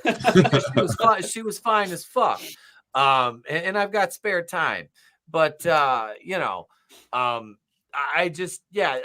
share what you're saying though. It's like I mean, I might make my wife watch this. I guarantee you she's not going to make it through the entire movie. She'll probably make it to like the first like brutal fucking kill, and she'll be like, yeah, no. The first 6 minutes. Yep. And I don't even I don't get sick. Like I don't get sick. I don't know. It doesn't bother me. I'm not offended by it or anything. I can watch just about anything. I just, for some reason, I guess it's the older I get though. I just like, I don't really like this as much as I did when I was younger. Like before, I'm just like, oh, this is fucking cool. But blood, more blood. And like I said, it still doesn't bother me, but it doesn't do anything for me. Yeah. So like when there's more atmosphere in a movie than score. There is a point where like the blood is just like it gets old. But like when you're in that certain mood or at that certain age where it's like you want that fucking gory shit. Then, I'm not being anymore. I'm not being puritanical when I say that at all. It's just I want these kind of movies to exist because there's a market for them. There's there's a fan base for them, obviously. So fuck yeah, make those movies, make your money, cater to that fan base. For me, it's like, you guys like it. Fuck yeah, you do it up. I'll check out the second one. I'm gonna watch the third one. I will. Oh yeah, because I've become invested in this now, and I do. Like I will definitely in discussions when it's like, hey, slasher villains or horror villains, Art, I can legitimately put him in the conversation from my perspective now, having seen this and being like, yeah, he's a legitimate fucking horror icon at this point already, definitely but he's almost got a decade now under his belt of being around. Almost. So, I mean, you got 3 movies, a couple short films. So yeah, that's a decent fucking run. And I appreciate that Damien Leone wants to say, hey, you know what? We're going to cut it right here. We can, I want to do something else. And it's always there to revisit eventually if you want to, and if not, go on. And this guy's proven, I'm not saying lightning is going to strike twice, but he's proven he's got creative chops. So I think he'll do 4. I think he'll do 4. Think you will? Think you will? I think they'll keep going. If this one makes money, it's going to be hard to say no, because they're going to throw dough at him. Well, that's what I'm saying. People love it. You just can't pass that. They did the same. They've done this since the beginning of time. They've done this, like Friday the 13th is a perfect example of them. How many times they try to end that series, and then they're like, well, let's just do it because it's easy money. And somebody just said in the comments, they need it. It's the cheapest way to make a film and to make the fucking money back. It's just the way it goes. Yep. And Friday the 13th is a perfect test. That is how I think that maybe he takes a break for 2 or 3 more years, but I think he does it. I think he does it again. I think 4, you keep running, you ride that money train, people get tired of it. Then you give it 3 or 4 years, you let it set, and then you bring it back, and people will eat it up because it's horror, and we're all crazy. All of our horror, like we're crazy people. So we'll eat it up. It's the same way you see comment sections, people bitch about Halloween. I'm tired of seeing the same shit, but you're still going to watch it. Yep. We're still going to go back and watch it, and you're still going to fucking love it, whether you want to admit it on Facebook or not. Like, that's just the way it goes. Just like if they ever get their head out their ass with that Friday the 13th shit, and they give us another movie, we're all going to be all over it. Yeah, for sure. Let's talk about that for a minute. Now that we've all scored the movie. All right. I want to say one more. Can I say one more thing? Yeah. Go ahead, bro. Go ahead. Well, I just noticed if this is correct, Terrifier 3 has a $2 million budget. Huh. So you're talking $250,000 from Terrifier 2 to $2 million. So imagine what it's going to be. That's crazy. And also, I love the fact that the third one will be like a Christmas themed horror, like Art the Clown. That's what I'm so excited to see that. Yeah, that should be good. I do hope also that in the third one that they possibly put in the movie like some sort of like short story or information about like where he came from and like why this is. Everyone likes the backstory. Yeah, I like a little backstory, at least something, Yeah. Do it in the movie. Yeah. We don't necessarily need a prequel. You can give us a like 5 to 10 minute like subplot in the movie that goes into that backstory a little bit, and that's all we need right there. Yeah. A good writer and let's, you can weave that in. It doesn't take much to throw a backstory together. Something bad happens to him as a kid. One of the parents was, yada, yada, yada, whatever. And boom, here he is. He's a fucking serial killing clown. It's pretty boilerplate to be able to throw something like that together. So, put something together like as easy as it is for the people at Camp Crystal Lake to sit around the fire and talk about Jason in like 5 minutes. Something small, simple. Yep. Exactly. It's just one of my favorite scenes in that franchise. Like this is fucking good. Oh, don't want to scare anybody. In part 2, I don't want to scare anybody, but I want to give it to you straight about Jason. Yeah, I want to give it to you straight about Jason. It's like, so you motherfuckers all know, like, this is all right, and you're here. Okay. Yeah, like, god damn it. Okay, damn white people. Yeah, white people go right into the trouble. Camp Packanack, baby. Camp Packanack, the Counselor's Training Center. Dude, I love that the really nerdy prankster, was it Ted in that? Ted survived. Oh, yeah. Because he stayed at the bar. That's right. Yeah. Have you seen part 2, Friday the 13th? Part 2? Yeah. Okay. I've seen Remember the guy who actually stayed at the bar and lived? The redhead? Yeah. That actor's still around, that's too. Spencer from Ice Nine Kills. That's his uncle. What? Yeah. Oh, no, I don't know if you knew that. Yeah. I didn't know that. That's awesome. Really, my boy Draven listens. He was the one that kind of cued me into like Ice Nine Kills because I never heard of them. He listens to them. They're great. I didn't know that. So that the guy from Friday the 13th is one of the guys in that band. That's the vocalist's uncle because he talks about it on a podcast with Dead Meat. Okay. Yeah. And I was like, fuck. Awesome. That's fucking cool.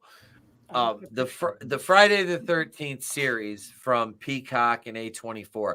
So Brian Fuller, they're like, we've parted ways, and I feel like Zack Snyder right now on Geeks and Gamers. We talked about this. I talked about this in like fucking November or October of last year, with the allegations from Sam Weinman against Fuller on the set of that horror series AMC did, Queer for Fear. I did it because those allegations came out that Fuller acted inappropriately towards Weinman, and they're both gay. And this comes out now that Fuller leaves, undisclosed reasons. I'm like, that's what it is. It's a fucking lawsuit. It finally hit, and it's moving forward because there hasn't been shit on it. And I have been digging for this shit, and I haven't been able to find anything. But all of a sudden they cut ties. I'm like, something's going to happen with this. Something's going to happen. There was some sort of validity, or it's going to go to a trial or some shit. And A24 was like, we cannot afford to have our hands get dirty because of this fucking lawsuit. So them and Peacock's like, cut him loose. So now they're looking for a new showrunner, and they were ready to start shooting. Like, was it this month, I think? Or was it August? It was supposed to be very soon. It was I think it was like this month or August, something like this. Yeah, it was, because it's already July. So they were getting ready to start shooting, and now they're like, fuck, we're gonna have to go in a completely different direction. Well, did you guys hear about how they mapped out what they were gonna do with the Pamela thing? They had. I didn't. reportedly casted Charlize Theron as Pamela Voorhees. The woman from Monster? Yeah. Oh, okay. Yep. Shit. Yep. Furiosa, Atomic Blonde. I used to really have a thing for Charlize Theron until she dated Sean Penn, and I'm like, dude, what the fuck are you thinking? You had sex with that? Like, but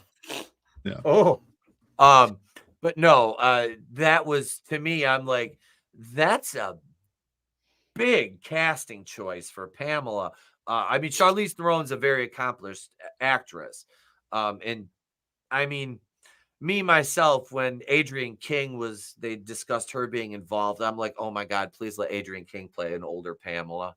Like, let her play. That was I was like, because she's like, I can't remember how old Betsy Palmer was when she did Friday the 13th. I think Adrienne King might be a little bit older now than she was. But I'm like, if she's just got to do like one scene, you can use a stunt double, obviously, for the fight scene if they redo that. But no, so they're gonna have to go in a different direction. There was gonna be an episode that was an hour-long chase scene. And but I still don't know how they were supposed to pull that shit off. A whole hour of someone being chased. But this is the thing, though. If you look at it, so really you have to focus very little on the external chase until the denouement of the episode, because leading up to that, during the chase, you're going to have flashbacks from the person that is the victim, the potential victim.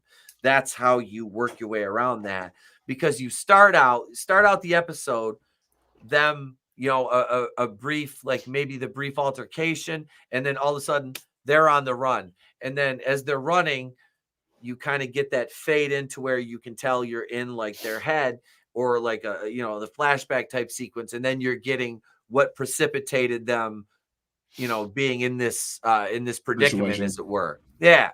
So that, to me, you can work the episode that way. So, I mean, it kind of takes the burden off of the actual chase scene.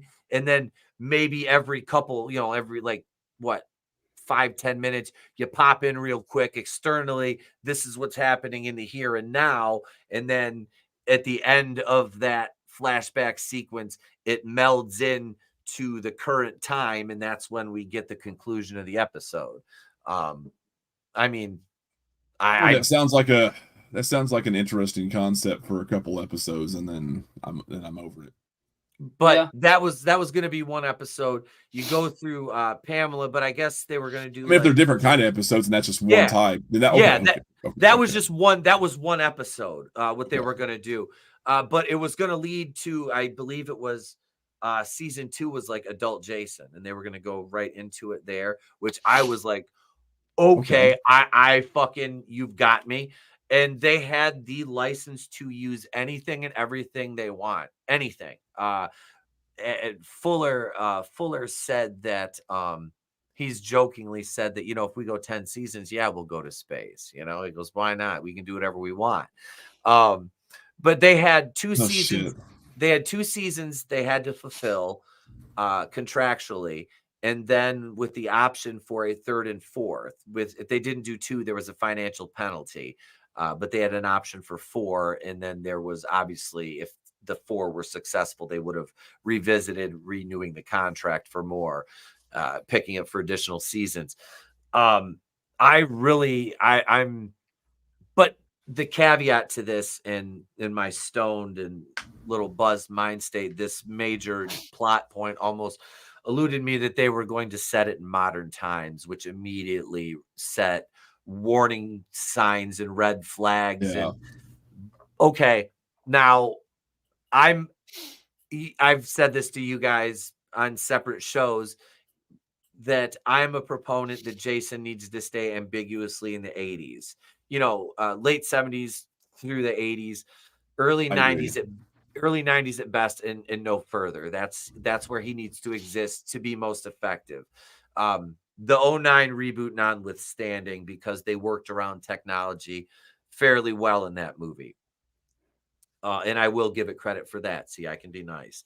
But the only glimmer of hope I had for this being successful, if they still move forward with this plan, which now that they're redoing everything and have to start over from scratch, and I hope they don't, is Womp Stomp Productions. Okay. And they have no affiliation to this show. But what I'm saying is they did Never Hike Alone, Never Hike in the Snow, and Never Hike Alone 2 in modern times, and they fucking nailed it. They hit it out of the park, and that is proof that it can be done. Now, am I going to say that a major studio can do it with such love and care that these independent guys did it with? Probably not. Probably not. So that is the thin line I'm walking between optimism and just outright apathy at this point. You know, it's like, what are they going to do with it? So I don't know. What do you guys think, though? I mean,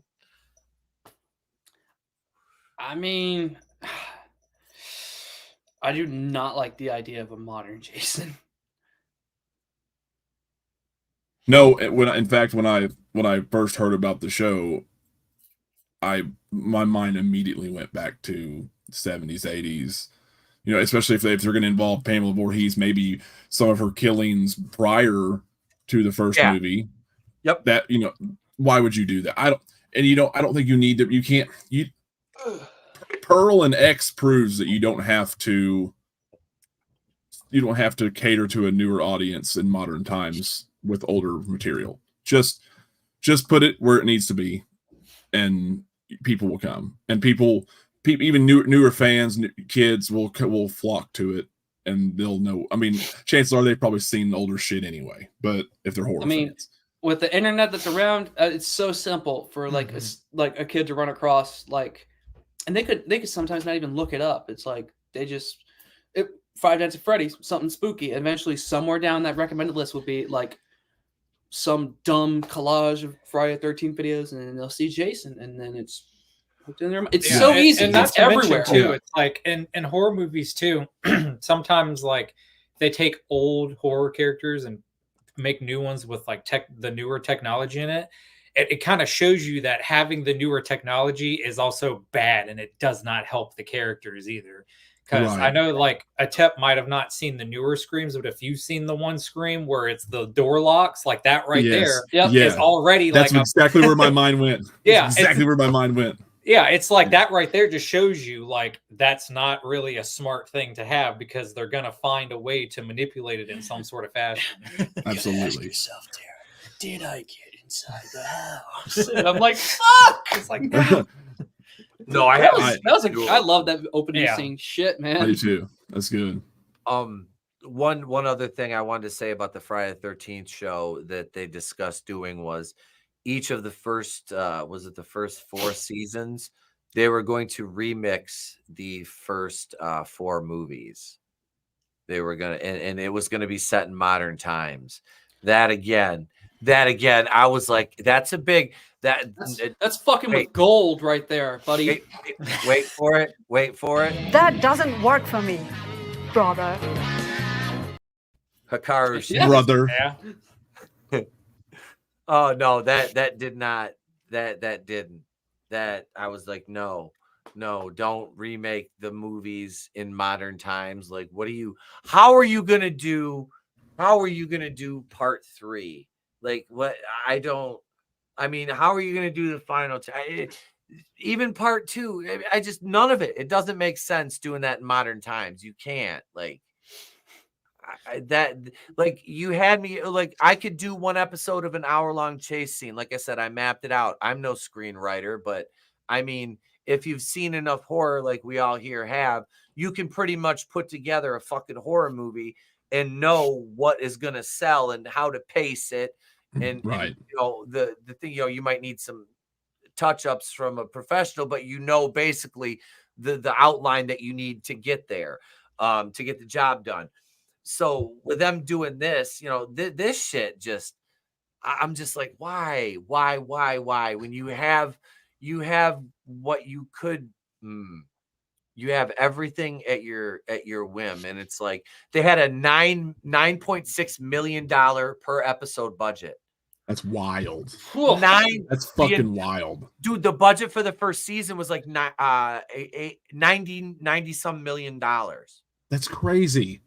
You didn't even like none of those movies in that franchise. No. Were over 5, 10, 15 million. No. Same with Halloween. They were all $2 million movies or $5 million movies. Bro. They did not I'm doing pull the box office for 2009. Pull the box office the budget for 2009. $90 million. That's wild. They didn't spend $90 million on part 9. I'll guarantee that. Oh fuck no. On 2009. I mean, I'm sorry. I mean, the budget was 19 million. 19 fucking million. $90 million to do like 8 episodes of this show. Yeah. I mean, that's insane. Do you know the kind of 80s aesthetic I could create with that money? For 8, you give me a $9 million an episode budget, I will put you in 1980 and I will make you believe you're fucking there. I mean, it's like you have everything that you need, dude. Could you, like, I mean, as a horror guy, imagine getting 90 some million dollars thrown at you to make a show. You're like, I have to make 8 episodes with this. That's it. Just to put that in perspective, Halloween Kills that had a flashback scene, a very good flashback scene. Yep. Of course, it wasn't the whole movie, but that was only a $20 million movie. That's a $20 million movie. Dude, what do you need with that much money for a show? Right? You're going to fuck it up. Or you're gonna blow it, unless you're blowing it on Charlize Theron. Yeah, those kind of actors, which I don't understand. I wouldn't understand that at all. They do not want to be a part of that shit. No, and another thing too, with the whole topic of like the bringing back like characters and the new age type of thing, like I'm one of those people where, like, when it comes to these horror movies and older movies, I like the aesthetic of the time period, and I also like the artwork for movies too, where it's like the designs, and you can tell, like, when you look at the artwork for it, like, oh, that's older, you know, like you can really tell when the movie came out. Like if you look at stuff like Friday the 13th or like Leatherface, like for example, if you look at Leatherface 3 and that poster of him holding the chainsaw, that, like, even though that came out in like sometime in the 90s or something like that, you can tell like the age of that just because it looked vintage looking. Yes, like it just you could. I love those classic look. Yeah, I love those classic posters. Yeah. Well, most of the Friday the 13th part. See, so 4 and 5 were both $2.2 million budgets. 3 was 2.2. And you can have 2 6 was 3 with the budget of fucking 1 episode, 2 whole fucking movies. Mm-hmm. Yeah, and that also brings me to my next point, and this might be what you guys might agree. I don't know, but I don't think these movies, and I'm going to say the same. I say the same thing for the Halloween franchise that they're thinking about making a TV show out of. I don't think it belongs on the small screen. I know streaming's big now. It should stay big screen all the time. Mm-hmm. There should be no fucking TV shows. I don't fucking care. Everything needs to be no more than an hour and a half or an hour and 45 minutes long, and it should be on the big screen every time. Every time. I don't think that shit belongs to a TV show. I'm with you on, especially with Friday the 13th, but the caveat to that is there I have lost all hope for a Friday the 13th movie at this point. I have, like, well, I mean, the idea was to go with that, wasn't it? After the show or somewhere in between. They still, the movie rights are still tied up with Cunningham and a bunch of bullshit. That's why the show I thought that was all over too. I guess I didn't realize that. No, the movie rights are still complicated because there was rumors that Blumhouse was interested in it, but I think there was still something with movie rights that was fucked up. Blumhouse? That's why they went with the show. That shit. I'm like, it's not. No, let's just not. Not After Halloween, please don't. and Fantasy And Island Exorcist. and I didn't watch Exorcist. I watched reviews of Exorcist, and I'm like, no, I'll stick with the original 3. It's not good. It's not good. No, Godzillionaire. I will make horror. I'm making a note of that right in my notepad. I'll make horror themed icons and change those as I've changed everything else for channel members. Tomorrow I will do that. I can make you guys new icons. We'll have to replace George Floyd and Ric Flair and Cleveland and Black. If you're a channel member, you can use the special icons in the chat. We've got Cleveland. We've got shocked face Nicolas Cage. We've got Black Captain America, which is Falcon. We've got laughing J. Jonah Jameson. Woo face. I fucking love Robert. We got Robert Loggia, Toby Maguire with a crown. We've got Zack Snyder. We've got George Floyd, St. Floyd of Fentanyl. We've got Fentos, the breathtaker. Those are George Floyd's curiously strong, breathtaking mints. We've got Ron Gashman, which that's an inside joke. That's Ron Gashman is the nickname we have for Ron Perlman. It's inside baseball, but and then we've got a Kevin Spacey emoji too. Oh God! So we'll be replacing those with horror icons tomorrow, and I'm happy to say Art the Clown will be one of those. Definitely, we'll have a little Art the Clown icon in there for channel members to use in the chats. Speaking of channel memberships, I am a Jew. It's time to shill, boys and girls. Channel memberships available. You can become a Kazooian, which I'm not going to change the name of those. You'll always be a Kazooian or a Harvey Wakuian producer for $2.99 or $4.99. Or if you are a gentleman or lady of great culture, you can go support us on Patreon for $5. Become a brain buster. Access over there. 4 episodes of the show after the show, full Crow commentary, and we'll be recording a commentary for Terrifier 2 for patrons. That's going to happen soon. We'll be recording that in the Crow, and Adam and the gang are going to start doing some wrestling commentaries. Even when I'm not around, we'll have guests be hosting on Patreon for you guys. So yeah, a lot of content headed up over there. I've got a few specialty videos using content that I can't show on YouTube because WWE is a motherfucker when it comes to footage. And it's why my Nitro streams get clipped every Monday, but we just say, fuck it. We don't care as long as we make enough to get a knot here on YouTube. We're good for the month. But thank you, gentlemen, Tyler, Jason, and Brandon for joining us. I'm going to give you guys, I'll start with Brandon here. Go ahead and tell the folks where they can find you. Links in the description, ladies and gentlemen. You can find me at Smith's Grove Sanitarium. I just review basically retrospective all horror movies. Right now, I'm starting off with franchises. I finished the Halloween franchise, and I'm right in the middle of the Friday the 13th franchise right now. I'm having a lot of fun with that. My time has become pretty crazy here lately, so the videos are getting spread out a little bit more than I really want to, but 6 is being worked on right now. I'm on Jason Lives, and that will be out hopefully really soon. That's my favorite. I love Jason Lives. Loves Jason Lives. Favorite. Well, thank you for being here again, bro. I appreciate you coming on, man. Man, I love it. I appreciate it. I'll come back anytime you need me. Absolutely, brother. Absolutely. And next up, we have Tyler and Jason, and I'm going to post Tyler's link right here in the chat. It is in the description to the video as well. Sweet. Thanks. Appreciate that. You can find me at Tyler Wooten on YouTube. I basically review a bunch of horror things.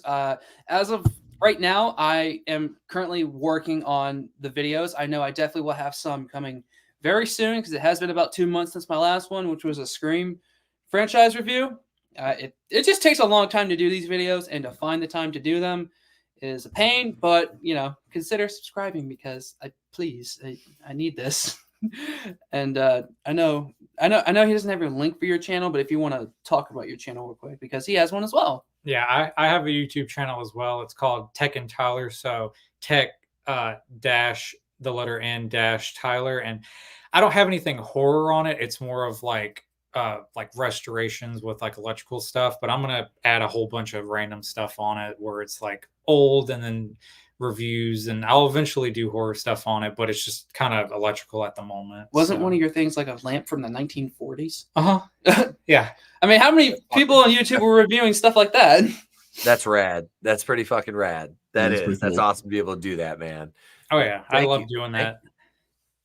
Well, yeah, we'll have to get your link next time you're on here, and we'll absolutely put that in the description too, and try to get people sent over your way. Make sure you're subscribing to our guest panelists here, folks in the chat. I know there's a lot of you watching on X.